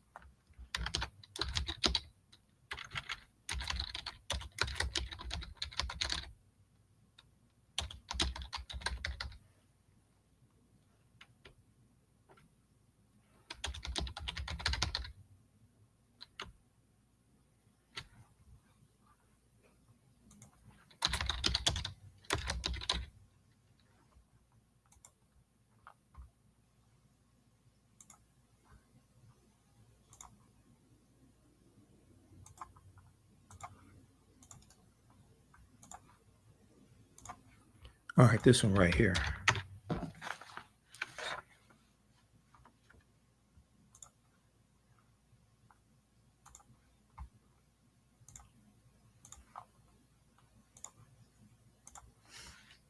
Okay, so this is from January 23rd, 2018. Okay.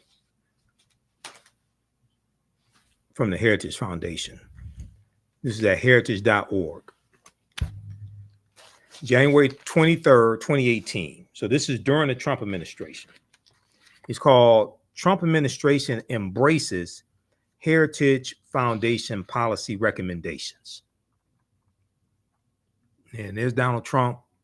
This is Donald Trump speaking at a President's Club meeting of the Heritage Foundation in 2017. So he can't say he doesn't know who they are. In this article here from the Heritage Foundation's own website, it tells you 1 year after taking office, President Donald Trump and his administration have embraced nearly 2/3 of the policy recommendations from the Heritage Foundation's mandate for leadership. Okay, just look at this. Now, he said he don't know who they are. He knows nothing about mandate for leadership, the conservative promise, Project 2025. Is he pleading ignorance of mandate for leadership in 2017 and 2018? Because Project 2025 is not something new. It's a continuation of what the Heritage Foundation has been doing for 40 years, and a continuation of their policy agenda that they publish each election cycle, called Mandate for Leadership, the Conservative Promise. Okay, people act like this is just something like brand new that fell out the sky. No, you don't understand the history behind this. The Mandate for Leadership series includes 5 individual publications totaling approximately 334 unique policy recommendations. Now, this is in 2018, during the Trump administration. Analysis completed by Heritage Foundation determined that 64% of the policy prescriptions were included in Trump's budget, implemented through regulatory guidance, or under consideration for action in accordance with the Heritage Foundation's original proposals. Now, are we supposed to believe that's all a coincidence and he don't know nobody? He knows nothing? This is in 2018. They're telling you what happened in 2017. The Heritage Foundation, at their own website, the same people who put up Project 2025, which is called Mandate for Leadership, the Conservative Promise, they're telling you what they did in 2017 with the Trump administration. Analysis completed by Heritage Foundation determined that 64% of the policy prescriptions were included in Trump's budget, implemented through regulatory guidance, or under consideration for action in accordance with the Heritage Foundation's original proposals. Okay, now check this out. Quote, President Trump had an extraordinary successful first year. They're talking about 2017. Says Thomas Binion, Director of Congressional and Executive Branch Relations at the Heritage Foundation. Quote, he put a conservative on the Supreme Court and he enacted historic pro-growth tax reform. They're talking about the $2 trillion tax cut for the millionaires and billionaires, and 83% of the benefits went to the top 1%. That's what he's talking about. This analysis demonstrates the lesser known policy success that his administration has been fighting hard to enact, end quote. They got this clip here from Fox News, okay, Fox Business. Thomas Bignon discusses how Trump, let's see, what the hell? Let's just show this. Because a lot of people don't understand what's been happening the past 40 years. And your understanding of politics is directly related to your understanding of history.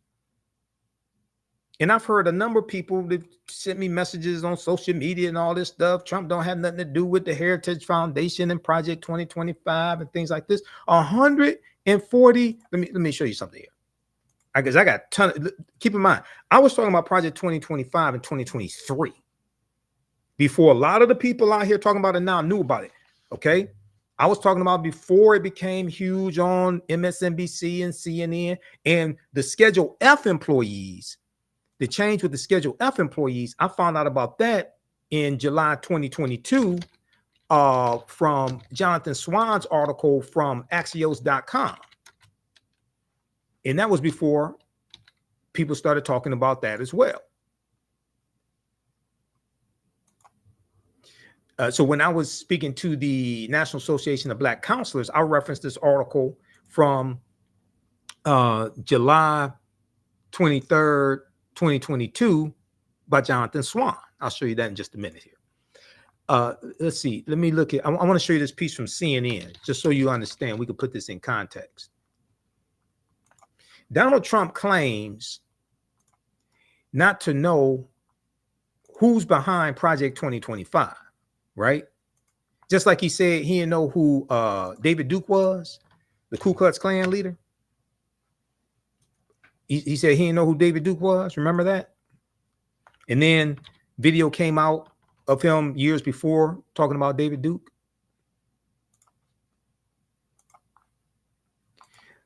This is a good article from CNN.com. Trump claims not to know who is behind Project 2025. A CNN review found at least 140 people who worked for him are involved.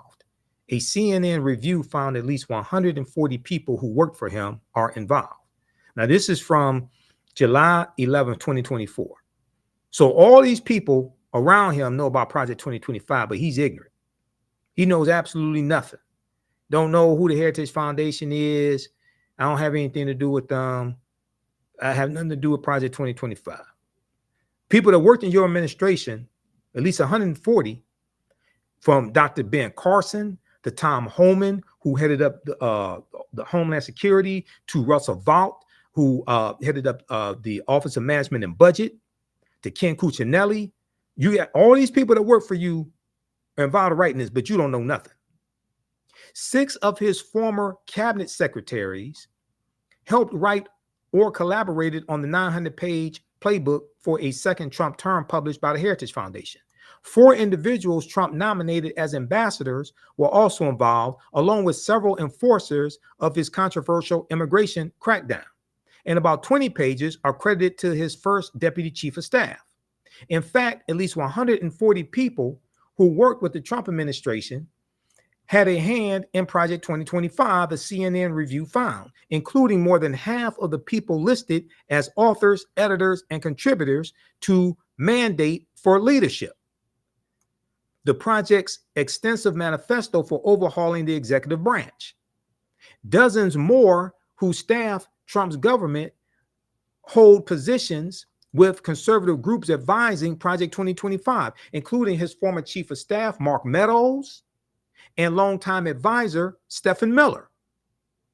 These groups also include several lawyers deeply involved in Trump's attempts to remain in power, such as his impeachment attorney, Jay Sekulow, and 2 of the legal architects of his failed bid to overturn the 2020 presidential election, Cleta Mitchell and John Eastman. Now, all these people are involved, but he don't know nothing. To quantify the scope of the involvement from Trump's orbit, CNN reviewed online biographies, LinkedIn profiles, and news clippings for more than 1,000 people listed on published directories for the 110 organizations on Project 2025's advisory board, as well as the 200 plus names credited with working on Mandate for Leadership. Overall, CNN found nearly 240 people with ties to Project 2025 and to Donald Trump, covering nearly every aspect of his time in politics and the White House, from day-to-day foot soldiers in Washington to the highest levels of his government.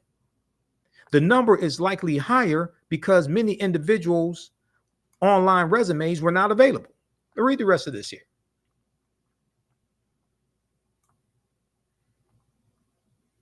Okay, read the rest of this. Trump claims not to know who is behind Project 2025. A CNN review found at least 140 people who work for him are involved. All right, now I want to go back to this. I want to show this video here from, I said I would show you this video from Fox Business here. Let's go. Year in office than Ronald Reagan did in his first year with respect to conservative agenda. In fact, the conservative group made this determination based on its own agenda of policy recommendations of which President Tom Binion from the Heritage Foundation. Okay. And okay, let's go to this.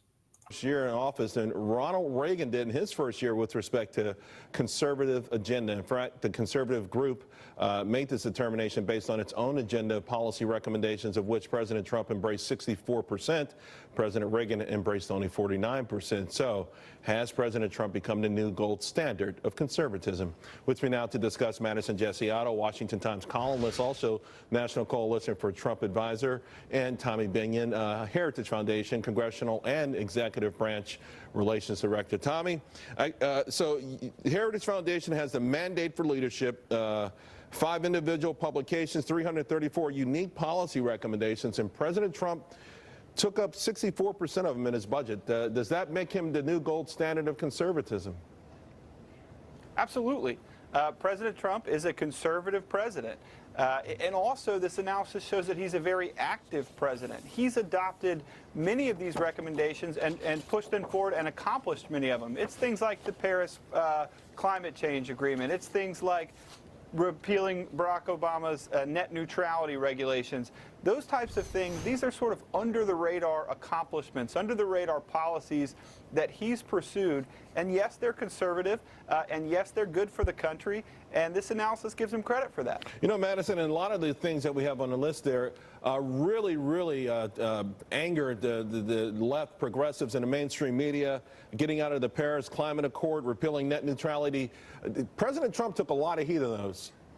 Yeah, you know, Charles, what an incredible year for conservatives, and I imagine that we're going to have 3 to 7 more incredible years under President Trump. You know, a lot of people looking back were on the fence, conservatives specifically, concerned about some of the things that he said, but you cannot judge him by what he said, but by what he does. He's always been someone that planned to back up his words with actions. That's exactly what he did. We look at the Supreme Court. That's why a lot of people end up coming over the fence, jumping to the side and voting for him. And when he's talking about making an impact long term, let's look at the federal district courts and let's look at the federal appellate courts. I mean, this is places where he's going to have an effect long after his presidency is over in the world of conservatism. Madison, do you think then that ultimately people should say, hey, forget about the rhetoric and the occasional tweet that may be distasteful, if you will, and look at the achievements and the direction we're going? That ultimately is what matters? Oh, absolutely, because guess what? These words and silly tweets that people agree or disagree on and bicker about aren't going to affect people's lives, but these policies and these decisions that he's making in the Oval Office are going to affect our lives not only now, like I said, but for decades to come. And so I think that's what people need to keep in mind, and I think that's what they will keep in mind when we go to the midterms in 2018 and we look at back, you know, to 2016. They were on the fence hoping this would happen, and it did happen. So I think they're going to do that in 2018 and 2020 as well. Tommy, I know it's a badge of honor, but some people may say Approximately 70 former Heritage employees either work for the Trump transition team or are now part of the administration. Is that too much influence by one particular organization? No, I don't think so. That's absolutely a strategy of the Heritage Foundation to better the country. The individuals, the researchers, the smart people here at the Heritage Foundation have a passion for this country. They're patriots, and they went to work in the administration to make the country a better place. I don't think that's a knock against Heritage or too much influence at all. And yes, it's those 70 individuals and the president and the rest of his administration that enacted and adopted these policies. Right. And we believe the reason we work here, the reason we work so hard on these policies is because we believe that ultimately they're going to deliver a better America for the American people. Quickly, before I let you go, Tommy, is there one of the items that ranks high that wasn't adopted that you'd like to still see implemented? I know there's a lot of them, but the one that maybe sticks out the most to you. Repeal and replace Obamacare. It's got to go. Healthcare is too expensive. That depends on the Congress. The president's leading on it, but it's got to happen. Thank you both very, very much. Appreciate it. President Trump. All right. So, and once again, the Heritage Foundation wants to repeal and replace the Affordable Health Care Act. Donald Trump has nothing to replace it with. He has a concept of a plan. Okay. These are policies coming from the Heritage Foundation.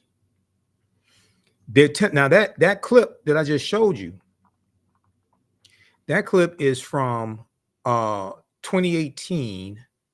And let me go to it. Let me try to find where is that? Right here. That is from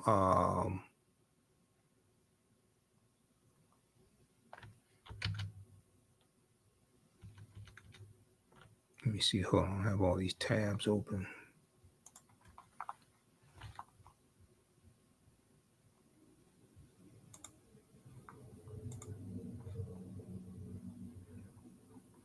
That clip is, let's see, what was that?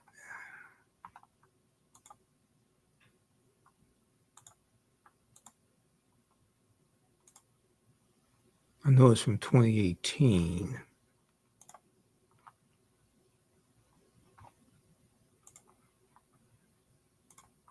So it's showing you going back then, because this article is from January 23rd, 2018, from the Heritage Foundation.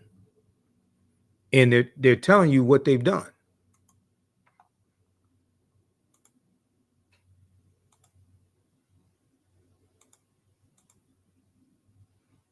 Okay, right here. So let's see. Let me look at that. That is, and I'll give you the name of that clip. Okay, so that is from January 25th, 2018. Right here. That's on the Heritage Foundation's website. I mean, their YouTube channel right here. So the name of that clip, Tommy Binion, Binion, discusses how Trump has embraced 64% of heritage policy recommendations on Fox Business. Okay. That's at Heritage Response Room, one of their YouTube channels. And that is from January 25th, 2018. So they're showing you the coordination between the Heritage Foundation and the Trump administration adopting 64% of the policy recommendations from Mandate for Leadership, the Conservative Promise. Okay. Now, Project 2025, as I've said, that's just the latest version of Mandate for Leadership, the Conservative Promise. Now, I want to go back to that article here.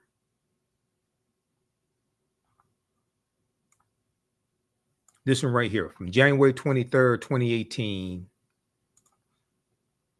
from the Heritage Foundation's website. Trump administration embraces Heritage Foundation policy recommendations.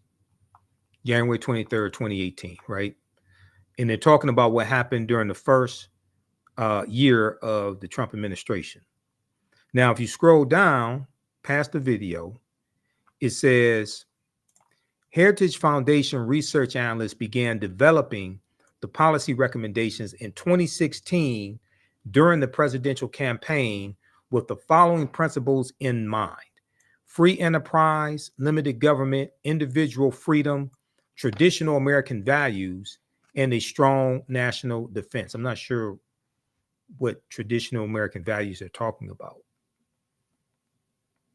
I mean, this is a guy who had sex with a porn star, cheated on all his wives, committed business fraud, committed sexual assault. What? And then later, you know, he incited the coup January the 6th, and his supporters assaulted over 140 police officers. I'm not sure what American values, traditional American values, are talking about. But it goes on to say, with approximately 70 former Heritage Foundation employees working for the Trump transition team or as part of the Trump administration, the policy recommendations coming from Mandate for Leadership, the Conservative Promise, have served as guidelines for reducing the size and scope of the federal government through specific and detailed actions. Okay, so then it goes on to say the first Mandate for Leadership was released in January 1981, containing policy proposals of reform that would make government more efficient and effective. President Ronald Reagan distributed Heritage's book at his first cabinet meeting. Quote, as President Biden did in the 1980s, Tom Binion said, President Trump has embraced the comprehensive recommendations made in the Mandate for Leadership. These achievements have led to economic growth, a stronger national defense, and a restoration of the rule of law. So, Project 2025 is called Mandate for Leadership, the Conservative Promise. Trump knows about Mandate for Leadership, the one during his presidency. He's ignorant of this one, and it's from the same people. And at least 140 people that work for him wrote it. Over the past several months, now keep in mind, this article is from January 2018. Over the past several months, Heritage Foundation's executive branch relations staff reviewed the 334 policy recommendations and met with senior administration officials in the several agencies. Heritage analysts briefed administration officials on the recommendations, provided additional insight and information, and advocated for reform. Okay, but he knows nothing. And it goes through and shows some things that the Heritage Foundation got enacted from Mandate for Leadership under the Trump administration. Now, as President Obama said on the campaign trail, the fond economy that people remember was actually the Obama-Biden economy, because they saved the economy, brought us out of the recession, created 11.3 million jobs. They handed over a healthy economy to Donald Trump, 75 consecutive straight months of private sector job growth under Obama-Biden. They handed over a 4.7% unemployment to Donald Trump, and the employment rate kept going down. But it wasn't something that Trump did. He didn't create that economy. That was Obama-Biden that did that, starting out with the American Recovery Act in 2009, which was an $831 billion bill that had stimulus checks in there. Obama didn't put his signature on the stimulus checks. It jump-started the economy and created 10 years of private sector job growth. And under President Obama, you had 75 consecutive months of private sector job growth. So research that. All this history is connected. Your understanding of politics is directly related to your understanding of history. Okay, let me go back to the PowerPoint presentation in the preview of this class. How you all like this type of information? We left off talking about Dr. David Imhotep, but then got into this discussion here because this deals with history as well. And You can visit our website, africanhistorynetwork.com, africanhistorynetwork.com, and you can register for this 12-week online history course that I teach. Class number 1 starts up Saturday, November 9th, 2024, Ancient Kemet, the Moors, and the Ma'afa, Understanding the Transatlantic Slave Trade, what they didn't teach you in school, okay?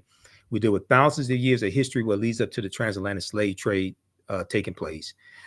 We deal with some of the attack on the teaching of history in schools, especially African-American history. You can download the full lesson plan here. Click on download, register right here for it as well. You can use this information with your children. I would say the content is PG-13. It's not overly graphic. We don't do a lot of cursing or anything like that. The 200 slides that we reference, 80 to 100 articles, 15 books that we reference. I show you the excerpts of the books on screen, so you don't have to buy any of them if you don't want to. You can get them for your personal library, but you don't have to buy the books to follow along in class. I'll show you video clips of interviews I've done with some of our scholars as well, like Professor James Small, Professor Kabahai Watakamane, Anthony Browder, who wrote Nile Valley Contributions to Civilization, which is one of the books that we use in the class, and Runoko Rashidi, as well as others. And my copy of Nile Valley Contributions to Civilization is around here. I think it's on the bookshelf. Put on the bookshelf. Right here. Yeah, Nile Valley Contributions to Civilization by Tony Browder.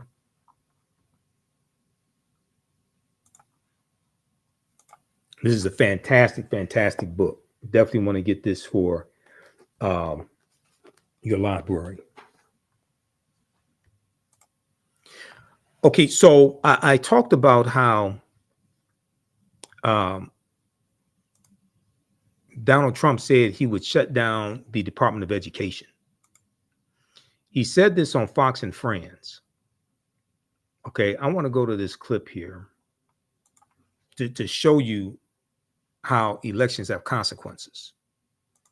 And Chapter 18 of Project 2025 deals with dismantling the Department of Education, which was created by President Jimmy Carter in 1979.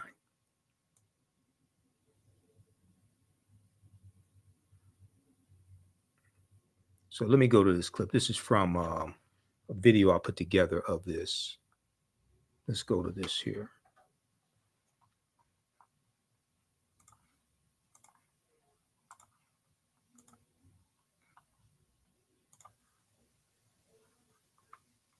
So Donald Trump was on Fox and Friends Friday, October 18th, 2024.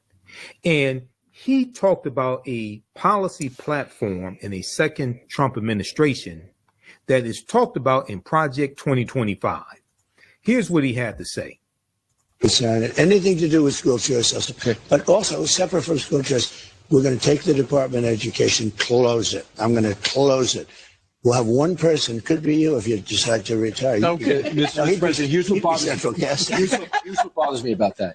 So let's say you have a liberal city, let's say it's Los Angeles, San Diego, and they just decide we're going to get rid of that history. We got new history. This is America built off the backs of slaves on stolen land. And that curriculum comes in. Then we don't send them money. We would save half of our budget. Okay. Hold on. Donald Trump said we won't send them money if they teach that this country was built on the backs of slaves. Hold on. He couldn't have said that. All these black men talking about voting for Donald Trump. All these rappers talking about voting for Donald Trump. Wait a second. He couldn't have said that. Let's play that again. This is from Fox and Friends. Whose friend are they? Anything to do with school choice, but also separate from school choice, we're going to take the Department of Education, close it. I'm going to close it. We'll have one person, could be you if you decide to retire. Okay, Mr. President, here's what bothers me about that. So let's say you have a liberal city, let's say it's Los Angeles, San Diego, and they just decide we're going to get rid of that history. We got new history. This is America built off the backs of slaves on stolen land. And that curriculum comes in. Then we don't send them money. We would save half of our budget. Okay. He said we don't send the money. Brian Kilmeade said, what happens if they get rid of history and start teaching that the country was built on the backs of slaves on stolen land? That's called history. That's what happened. That's for real. Now, Common Dreams has an article about this. And if we, okay, so you can watch the rest of that video that I put together dealing with that. That's at our YouTube channel. Trump threatens to dismantle Department of Education policy of Project 2025, teaching about slavery. That is a key policy from Project 2025. Okay. And we see this attack on history right now at the MAGA summit at the MAGA rally at Madison Square Garden Sunday, October 27th, 2024, where the comedian made his comments about Puerto Rico being an island of trash floating, however he put it. And he had all these crazy people. Dr. Phil that was there speaking, and all these crazy MAGA supporters speaking at the rally. Dr. Phil, who, and I posted about this on Facebook. I posted the video, and I said, Oprah, come get your boy. I want you to see this here. Once again, this is dealing with the attack on diversity, equity, and inclusion. And this is dealing with the attack on history also, and the teaching of history. Okay, so Dr. Let me flip over to this here. I posted this on my Instagram page and on Facebook.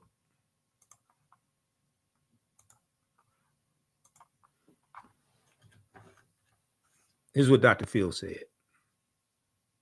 He said this country was built on hard work, added value, and talent, not on equal outcome, not on DEI. This country was built on hard work, added value, and talent, not on equal outcome, not on DEI. This country was built on hard work, and it needs to continue to be built on hard work. This country was built on hard work, added value, and talent, not on equal outcome, not on DEI. This country was built on hard work, and it needs to continue to be built on hard work. This country was built on. All right. So let me stop that. All right. So if you look here, I posted, and make sure I show you this here. In the video that I posted, I put the caption, does the hard work you refer to include slavery, or are you excluding 246 years of free labor? Because if the common denominator for success in America was hard work, then who worked harder than a slave for 246 years? If the common denominator for being successful in America was hard work, then African Americans would be the most successful people in the history of this country. And being that I zoomed in on it here, let me play that clip again for you.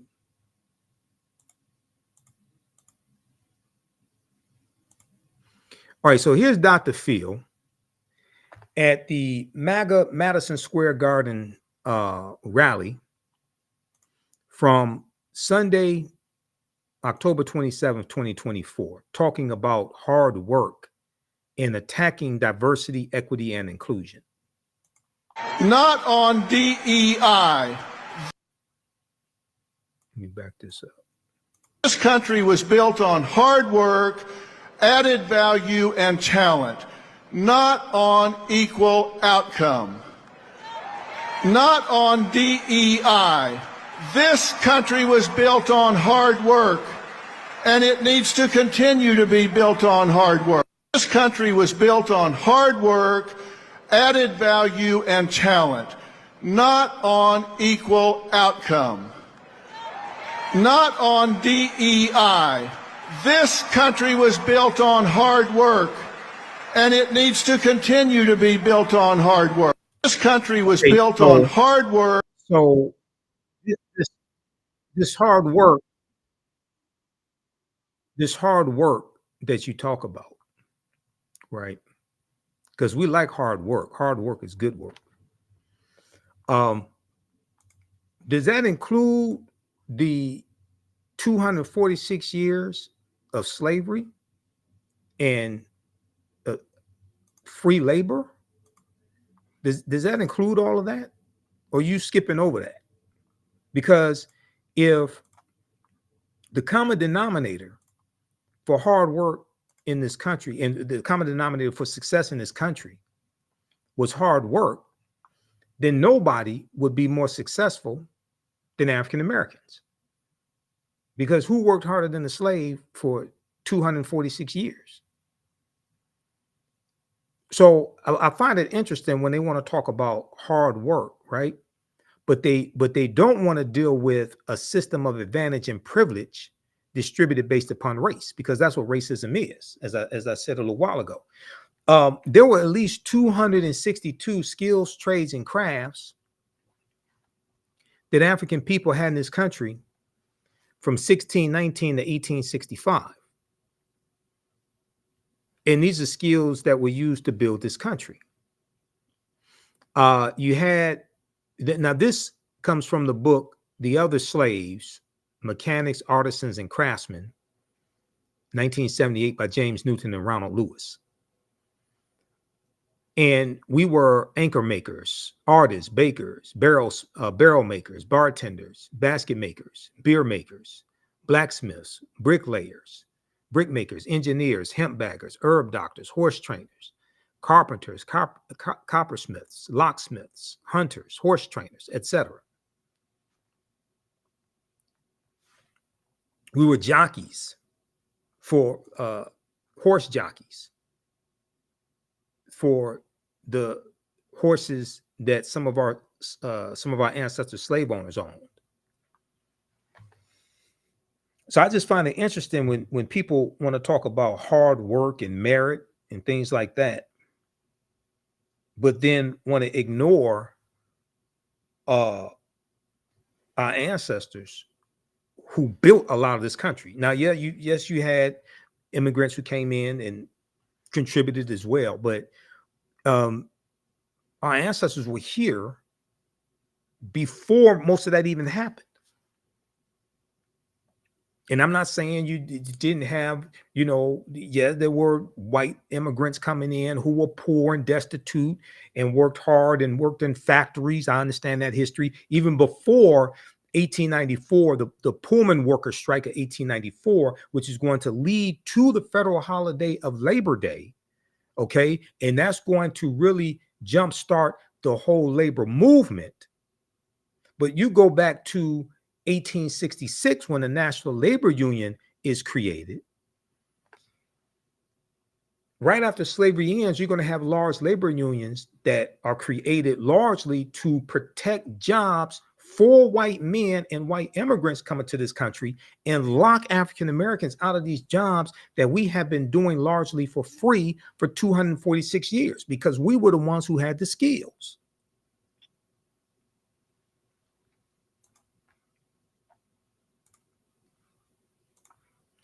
All right, now let's go back to the PowerPoint presentation. So I'm gonna wrap this up here. I want to go back to where we left off. Show you a little bit of this here. So we go throughout different periods of history. We look at some ancient civilizations. We look at, and one of the things we look at are archaeological discoveries as well. Okay. Because the deeper they dig, the blacker the planet gets, the more research they do, the older we get. So we look at some archaeological discoveries like this one here that Dr. David Imhotep talked about in the video that I showed you. This came from the Greek island of Crete. in 2010. This is an article from the New York Times, February 15th, 2010, on the Greek island of Crete, new evidence of very ancient mariners. And this article talks about how stone tools on the Greek island of Crete were found that date back 130,000 years ago. They were found over the course of 2 summers. They did excavations. They were found over the course of 2 summers. And they say that the people had to have sailed there because Crete has been an island for more than 5 million years, meaning that the tool makers must have arrived by boat. So this seems to push the history of Mediterranean voyaging back more than 10,000 years, specialists in Stone Age archaeology say. Previous artifact discoveries had shown people reaching Cyprus, a few other Greek islands, and possibly Sardinia no earlier than 10,000 to 12,000 years ago. Okay, so we look at different archaeological discoveries. We look at Tanis Heraklion, the lost city of Tanis Heraklion that was discovered. It was revealed in 2013. The 1,200-year-old secrets. The good article from news.yahoo.com. Sunken Egyptian city reveals 1,200-year-old secrets. It's believed Tanis Heraklion was built around 8th century BC, before the Common Era. It was discovered by archaeologist Frank Gaudillo and his team, and they found 150 feet beneath the surface of Egypt's Bay of Abukir. They found 64 ships, 16-foot tall statues, 708 anchors for ships, countless gold coins, and similar and smaller artifacts. So here are some of the artifacts they found at the bottom of the sea. Okay, these ancient Kemetic, ancient Egyptian artifacts. So we look at different discoveries like that, and then we look at different archaeological discoveries and recent scientific discoveries. This one dealt with the father of all humankind is 340,000 years old. And it talks about a man named Albert Perry from South Carolina, and how when he died, his DNA was analyzed and found that it dates back to an ancestor 340,000 years ago. Okay, his Y chromosome dates back to an ancestor 338,000 years ago. And this was older than the oldest known fossils of modern man back then, that dated back 195,000 years ago. This is shocking because all previous DNA samples date back between 60,000 to 140,000 years ago. And these type of discoveries are causing the scientists and archaeologists and paleontologists to rethink everything and push the timelines back. The deeper they dig, the blacker the planet gets, the more research they do, the older we get. You know, Juvenile had a song from about 1999, Back That Thing Up. When these archaeological discoveries come out, they keep having to push the timelines back. They keep having to back that thing up, okay? This was a really good article from NBCnews.com and other news outlets. Talked about this discovery. This is from June 7th, 2017, and it's called We're Older Than We Thought. New find pushes human origin back 100,000 years. We're older than we thought. New find pushes origin back 100,000 years. And it talks about this discovery in Morocco, and how remains of modern man, Homo sapiens, were found that date back 300,000, 350,000 years ago. And it says the earliest previous Homo sapiens bones date back 195,000 years ago, and they were from clear across the continent in modern day Ethiopia. These are over 100,000 years before that, and it's saying that it's causing them to rethink everything and realize that Africans were dispersed across Africa long before anyone ever thought. Okay, so we look at different archaeological discoveries. We look at different ancient civilizations like Nubia that dates back to about 4500 BCE, before the Common Era. Ancient Nubia, also known as Kush, was a region along the Nile River, located in northern Sudan and in southern Egypt. It was home to some of Africa's earliest kingdoms, known for rich deposits of gold. Nubia was a major trading port for luxury goods that came from sub-Saharan Africa, such as incense, ivory, and ebony. Okay, and now this one here, this video, this is the scientist who's disappointed when he finds out that ancient Egyptian pharaohs were Black Africans. Let's take a look at this here. But the CT scan has one more surprise for Alejandro: Shammai's ethnicity. Well, they have just told me that Shammai had Nubian features, which means that their ruling family was probably Nubian, and that was unexpected. Examining Shammai's anatomy closely, the thickness of his bone and the shape of his nasal cavity, the anthropologists think he was a Black African, likely from neighboring Nubia. A huge revelation that challenges the prevailing image of the Egyptian ruling class. We always thought the ancient Egyptian elites were Mediterranean type, and in this sense, Shammai is representing the society of the frontier, in which different ethnic groups were mixed. At the end, it doesn't matter the color of your skin. Shammai was Egyptian. The archaeologist in the video is Alejandro Jimenez Serrano. He and his team found a tomb on the western bank of the Nile, opposite Aswan. And as you might have heard, the mummy was called Shammai. So who was Shammai? Not much is known about him, but the little that we know is that he was an ancient Egyptian official who... All right, so the scientist was disappointed to find out that the Nubian was Black African. All right, or Africoid. Okay, let's go back to the PowerPoint presentation here. And this is just a sample of the type of information that we deal with in this 12-week online history course that I teach. Ancient Kemet, the Moors, and the Ma'afa, understanding the transatlantic slave trade, what they didn't teach you in school. Okay, so we talk some about the Olmecs as well, and I share some information that Dr. David Imhotep shared dealing with the Olmecs. Also, when I interviewed Tony Browder, we talked about the Olmecs as well. Dr. David Imhotep talked about the Mandinka Egyptian Olmec connection. A major ethnic group among the ancient Egyptian Nubians were the Manding people, an original Niger-Congo homeland in the general vicinity of the Upper Nile Valley. Is probably as good a hypothesis as any for the origin of the Manding. The Proto-Manding migration had to have taken place during the African Aqualithic period.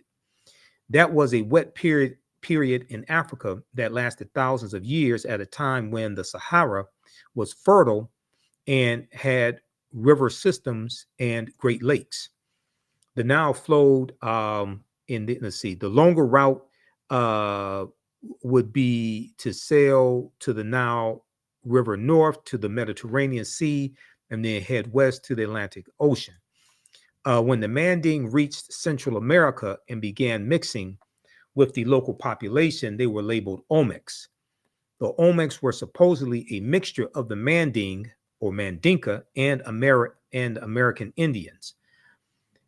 Do not forget that the Manding made up the base of the Olmecs, so the Egyptians or ancient Kemetic people, the Manding and the base of the Olmecs are related to each other. This is from page 82 of The First Americans Were Africans, Documented Evidence.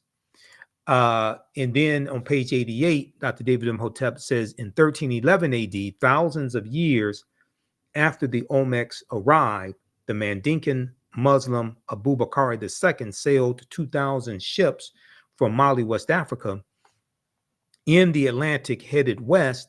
When they reached South America, they left signs on the rocks at the mouths of rivers warning followers of dangerous or friendly natives. This is page 88 of The First Americans Were Africans, Documented Evidence.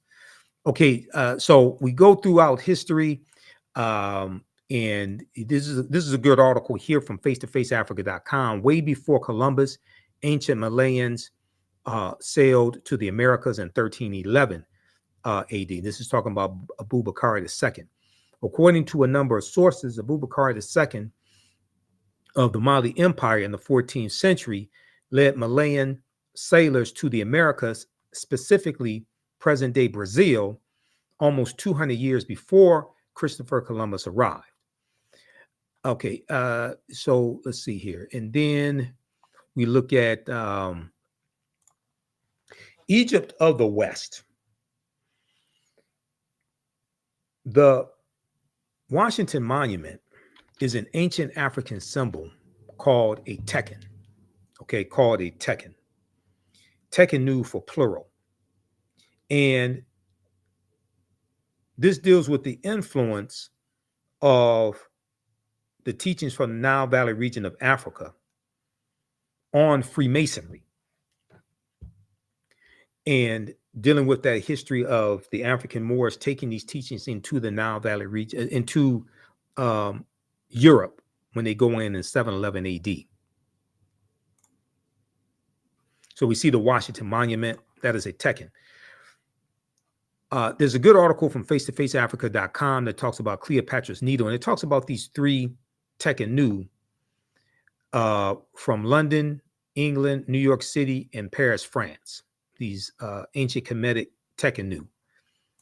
And it says ancient Egyptians called obelisks tekkenu, and they were also used to tell the time in the past. Their pinnacles were basically covered in gold to reflect the sunlight. Historians say the obelisks represented immortality and eternity, and their long structure helped connect the heavens and the earth. Currently, Cleopatra's Needle is the name given to three ancient Egyptian obelisks, one in New York City, one in London, England, and one in Paris, France. However, they do not all come from one Egyptian site. Okay, so read the rest of this article. So these were taken from Egypt and taken to these different cities. So we'll sit back and marvel at these structures in these cities and think the people there built them, but these came from Africa. These were built by our African ancestors. Read this article here from face-to-faceafrica.com. Cleopatra's Needle, how three ancient Egyptian obelisks ended up in New York City, London, and Paris, France. Face-to-faceafrica.com, May 17th, 2022. So back in 2022, when I interviewed one of my teachers, Professor James Small, we were talking about the Woman King, the movie The Woman King, fantastic movie starring Viola Davis, and we went deep into the movie and deep into African history.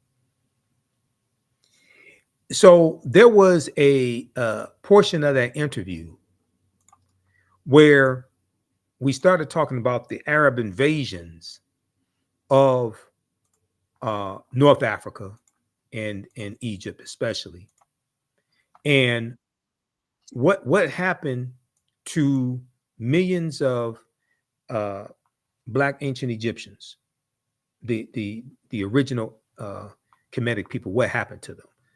Let's look at this clip here, because this connects us to a lot of history.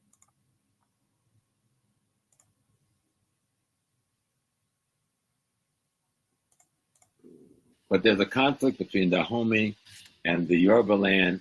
Yoruba land is being invaded by the British.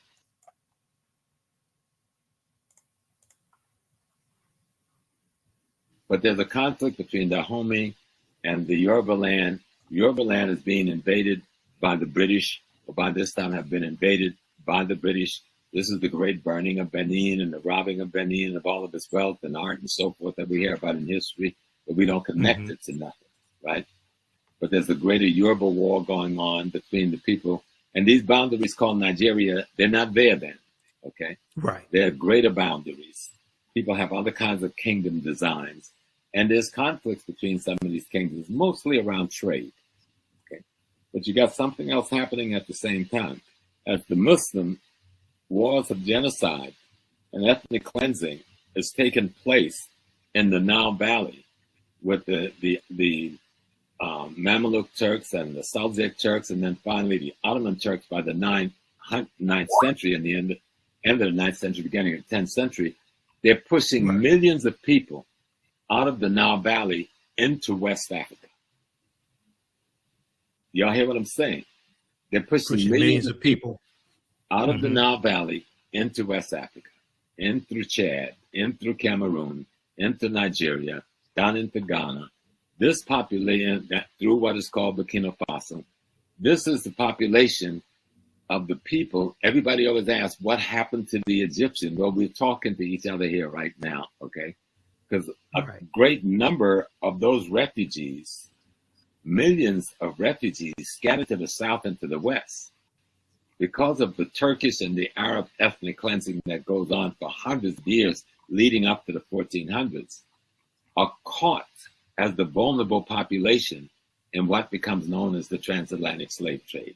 And I know a lot of us don't go there with that piece, but you've got to understand, who are these people?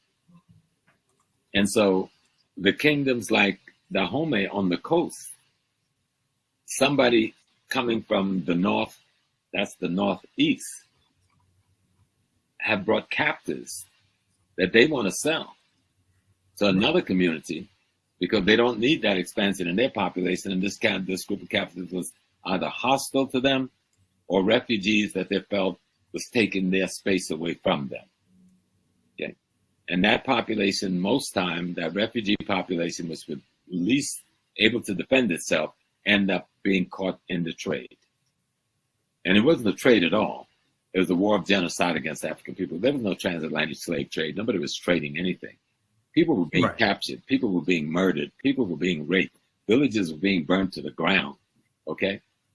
People were being slaughtered to get enough so you could make $200-300 in that day's money, which would be a couple of $1,000s in this day's money, or for one human being to do labor in the Western Hemisphere, where he was worked to death in 10 to 15 years and would be replaced with someone else, a process that went on for 400 years plus. And we're now very happy to be joined by our next guest, Dexter Caffey, the founder of Smart Eye app, who recently learned of an eye-opening discovery of his own ancient past, all thanks to a DNA test. He is joining us now by Zoom from Atlanta. Hello, Dexter.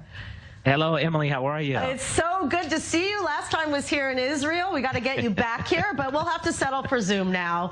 You have such an interesting history. Please explain what made you do a DNA test, and then what happened when you found out all of a sudden that you're related to Ramses III.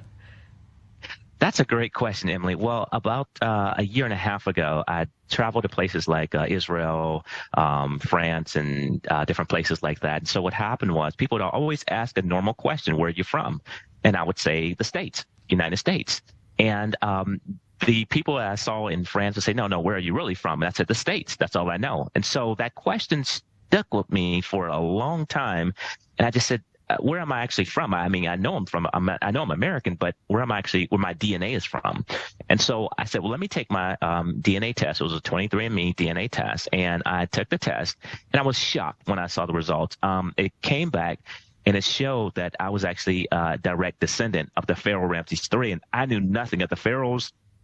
didn't know much about Egypt, but everything you hear about, Bible stories and things like that. So for me, it was a huge shock, and that's how I found out about it. Wow. So obviously you took it deeper and deeper. You saw all of these synchronicities in looking at images of the fair, how much you and even your brother look like them. And your own company has like an eye logo that looks like the Eye of Horus, unconnected to any of this. So what did this open up for you in terms of your own knowledge and learning about this? I remember I was actually laying in my bed on Christmas Day, 2021. And I was going through my 23andMe DNA test, and that's when I saw that I was connected to the Pharaoh Ramses III. And again, I knew nothing of this situation. And so I looked up a sculpture of the Pharaoh Ramses III, and when I saw the sculpture, I literally screamed. And my wife said, "Dexter, what's wrong?" I said, this guy from 4,000 years ago, we look just alike. And she said, "Dexter, wait a minute. There were no pictures from 4,000 years ago." I said, "No, his sculpture with the Pharaoh Ramses III, his sculpture, we look like identical twins." And she said, "Let me see it." She saw it. She said, "Oh, my goodness." And then I continued to go over different sculptures, looking online. And I saw the sculpture that looked just like my brother. If you could show that on the screen, it'd be absolutely amazing. But it was, and I looked at the sculpture and I said, "This looks just like my brother Joe." And I called my brother Joe and said, "I'm going to send you something." And he said, "Where'd you get that from? It looks just like me." I said, "That's a sculpture of the Pharaoh Ramses III." And he said, "Oh my God." I said, "That's over 4,000 years old and looks identical, just like you." So, all right, you can watch the rest of that at my YouTube channel, Michael Imhotep, Imhotep. Okay. Let's continue, because I want to wrap this up here. All right, so if we go back to the PowerPoint presentation here. Okay, so read the article from face-to-faceafrica.com. Now, here is a famous statue of Asar, Aset, and Heru, who the Greeks called Osiris, Isis, and Horus, the first Holy Trinity. We know, now this may go outside the circumference of some people's awareness. We know Heru was born of a virgin birth on December 25th to the virgin Aset. And Aset in the mythology was the first queen of Kemet as well. Aset means she of throne. The Greeks called her Isis. And she's associated with love and fertility. So there were approximately 1,200 Tekenu built in ancient Kemet, but only about actually less than a dozen exist today in ancient Kemet, in Egypt, I should say. Many of the Tekenu removed from Egypt are now in Istanbul, Turkey, London, England, Paris, France, Berlin, Germany, New York, Rome, Italy, Vatican City, and elsewhere throughout the world. The Tekenu are now called obelisks by their new owners, and few know their origin or that they symbolize the resurrection of the African king Asar in the story, in the mythology of Asar, Aset, and Heru. Okay, they represent the Teken is a symbol of resurrection of Asar. We know in the story his body's cut up into 14 pieces by his brother Set. His wife Aset recovers 13 of those 14 pieces. The 14th piece, the phallus, is not recovered. So she erects the Teken as a symbol of resurrection, but it's the symbol of the phallus that was lost. Okay, so and we know that the teachings that the Moors take into Europe from the Nile Valley region of Africa are going to form the foundation of Freemasonry. And 50 of the 56 signers of the Declaration of Independence were Freemasons. Page 17 of Egypt on the Potomac by Tony Browder. This excerpt comes from, that's another book we use in the class. The word Mason is derived from the Latin words mass and sun. Mason means child of light and expresses the desire to pursue light, which is a metaphor for the sun, which symbolizes knowledge. The term child of light, or sons and daughters of light, was first used to identify the students who had completed 42 years of study in the temples of ancient Kemet. Many Masonic temples were modeled after the temples of ancient Kemet, places where light or knowledge was imparted in a series of steps or degrees. So check out page 18 and 32 of Egypt on the Potomac. So the concept of going to an institution of higher learning, going to a college, university, etc., getting your credentials in a series of steps or degrees, that comes from ancient Kemet and the Grand Lodges, the ancient Egyptian mystery system, their education system there. That's where that comes from.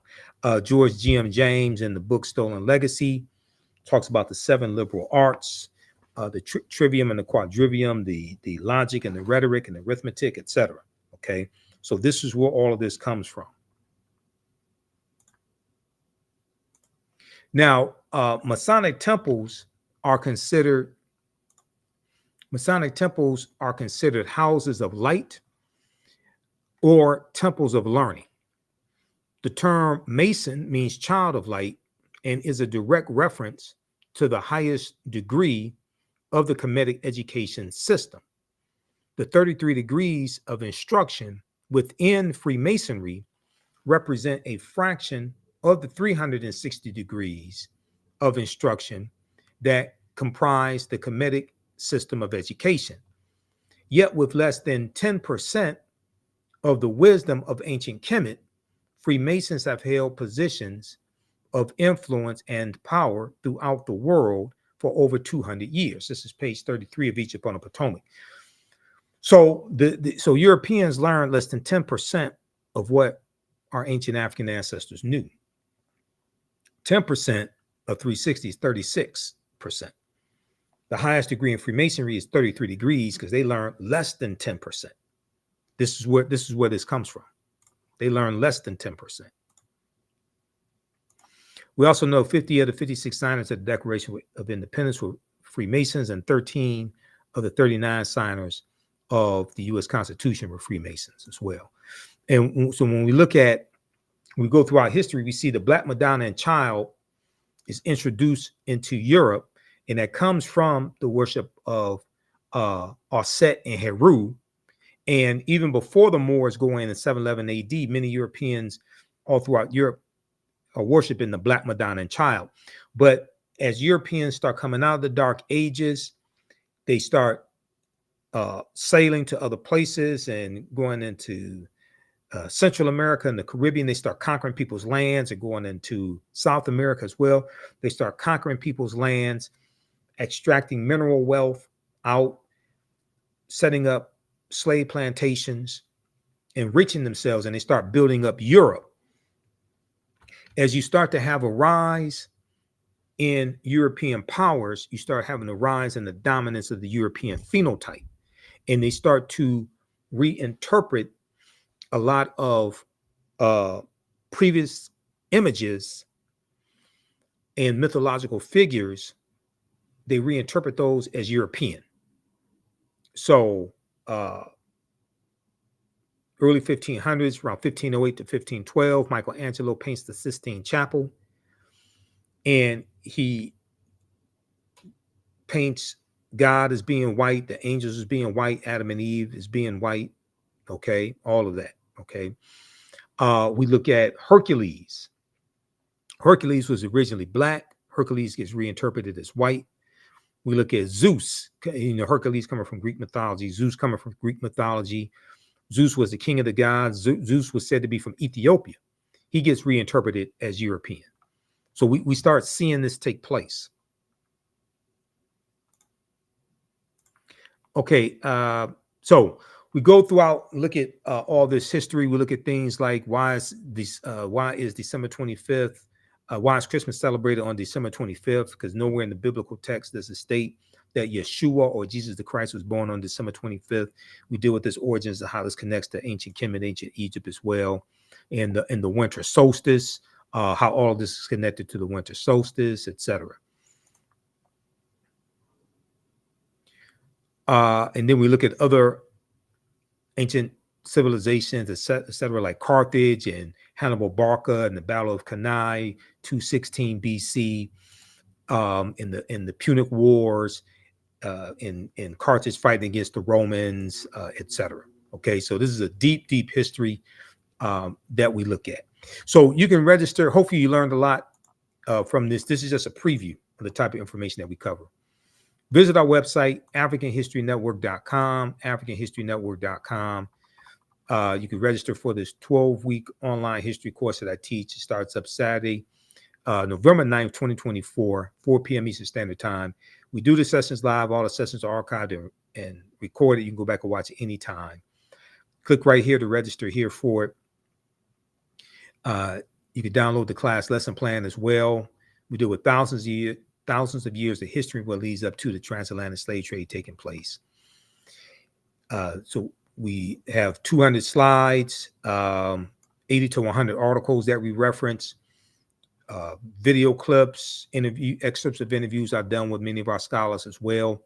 So you're going to learn a lot. The content is PG-13. You can use this with your children also.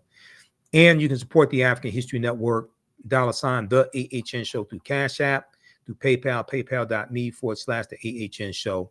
This helps us keep doing the research, stay on the air, keep broadcasting, pay some of the bills, etc. Here's our Cash App account, $, the AHN Show, SHOW. These are some fake African History Network Cash App accounts I'm trying to shut down. Click right here on our QR code, and this helps us do the research. And then you can click here on PayPal, our PayPal link also, paypal.me/the AHN Show. All right, so that's going to do it for us. Hopefully you learned a lot. Register for this class right now. There's bonus content that you can start watching right now. You can email me through the website with any questions as well, AfricanHistoryNetwork.com. Remember, right now it's correct wrong behaviors.